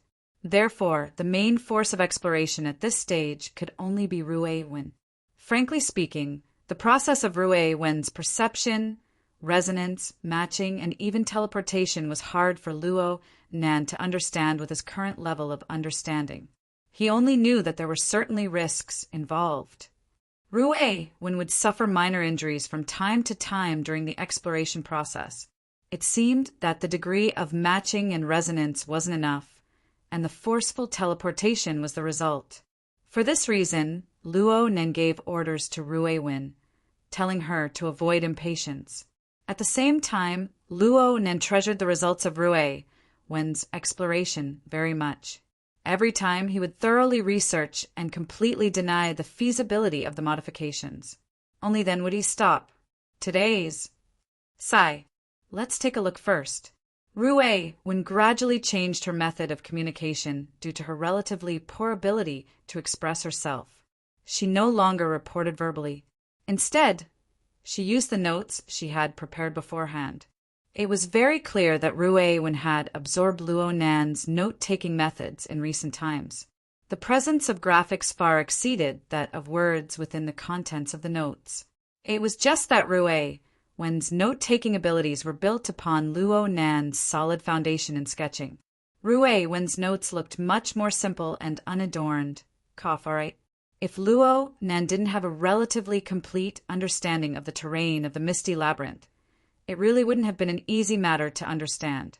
Luo Nan scratched his head. He temporarily pushed aside the idea of how to communicate with Rui Wen. He did his best to translate the information that Rui Wen was trying to reveal from the concise graphics. You've made progress in drawing. Luo Nan first gave a word of praise. This wasn't a false statement. Rui Wen really had begun to feel a bit like drawing. At the very least, there was a set pattern. It was just that the structural model of the work area was a bit too simple. Also, why did the virtual work area lag one after another? This caused the graphics that Rui Wen drew to look a bit awkward. Hold on. This was an animation. Luo Nan captured the continuous changes in the graphics during the lag process. He was actually a bit pleasantly surprised for a time. It was rare for Rui Wen to ponder over some other ideas. Her train of thought was clearly becoming more and more lively, but then he was puzzled. It must be said that the drawing software that Rui Wen used did indeed have an intelligent animation function. It could automatically complete an animation trajectory after a limited set of settings. But it wasn't professional enough. It was fine if it was used for a normal business demonstration, but it didn't seem to fit well with this sort of schematic diagram. But no matter how unsuitable it was, it shouldn't have lagged, right? Could it be that the enterprise-level computing chip he bought for Ruiwen was a defective product? Luo Nan was now an engineer with professional insight after going through worker Zhai's long-term tutoring. His first thought was to cut out from the page and prepare to look at the bottom level. Huh? Luo Nan blinked. All of this wasn't important. The page that appeared wasn't the simple desktop that he expected. Instead, it was unexpectedly garish. It was clearly the UI of some social media. To be more specific, it was a discussion area under a certain topic. The topic was also marked with special words and colors. The demon-eyed woman. That's right. It was densely packed with discussions related to the demon-eyed woman, which was to say Ruiwen. Looking at the automatic refresh rate, it was extremely enthusiastic. This was really a bit unexpected. Actually, 3 or 4 days had passed.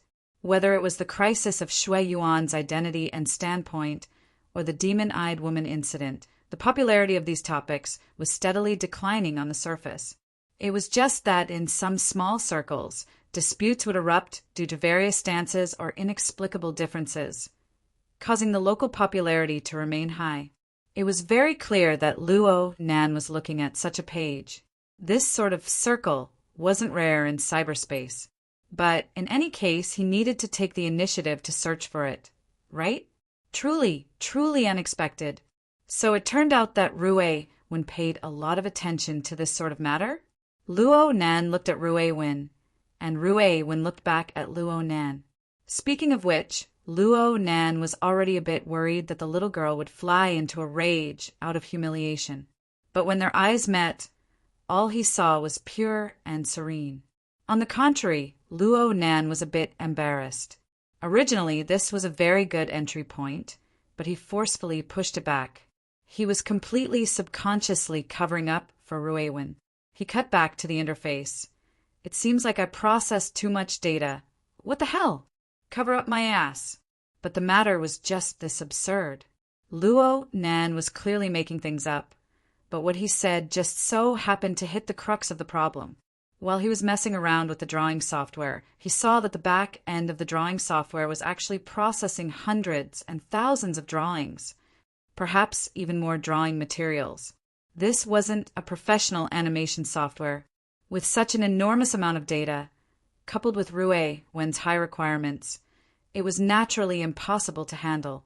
The lag was born from this. Why are you drawing so much? Luo Nan understood as soon as the question left his mouth. It was certainly because Ruiwen wanted to ensure the detailed effects of this animation. He could see that Ruiwen really attached great importance to this new discovery. I'll download a professional software for you later. Hey, instead of messing around with the software, it's better to go check it out on the spot. Ruiwen nodded, then she stood up. No, not now. There's no rush. Luo Nan finally recovered. He knew that if he were to return to the topic of the Misty Maze and continue the conversation, then the preset brother and sister night talk would basically fall apart. He took the initiative to press the pause button. Let's study this matter in detail tomorrow. Tomorrow was Friday. Was he going to let Ruiwen skip class? Small matter. Luo Nan decisively bypassed this obstacle. He truly brought out the words he had already figured out. Oh, Ruiwen, have you been running back and forth these past 2 days? Have you been too tired? Ruiwen shook her head and responded softly, I haven't. Then that's good. Luo Nan wanted to speak the following words, but he forcibly choked them off, making it hard for him to continue. This was because he suddenly came to a realization. He had just seen a new situation from Ruiwen that he had never seen before. He had never even thought of this new situation. He had prepared a plan for a heart-to-heart conversation, but now it was all for naught. At this sensitive time, the words spoken were like spilled water. It would be hard to take them back. Before this, Luo Nan really didn't think that Rue Wen had any psychological problems. At least, he didn't think that his aunt would be worried about her. But right now, he really couldn't grasp it. He wanted to play it safe. At the very least, he wanted to discuss it with his aunt, who had rich experience in educating others. He also wanted to observe her a bit more. And so, Luo Nin could only start strong and finish weak. He said a few words of nonsense about striking a balance between work and rest, and left in a hurry. Luo Nan was a bit at a loss after leaving the door. Going to find his aunt right now seemed to be a bit of an overreaction. Then, he simply gave Amoya a call. But the one who answered the phone was the manager of the Mountain Creek Band. The chubby sister Meng. "Mr. Luo?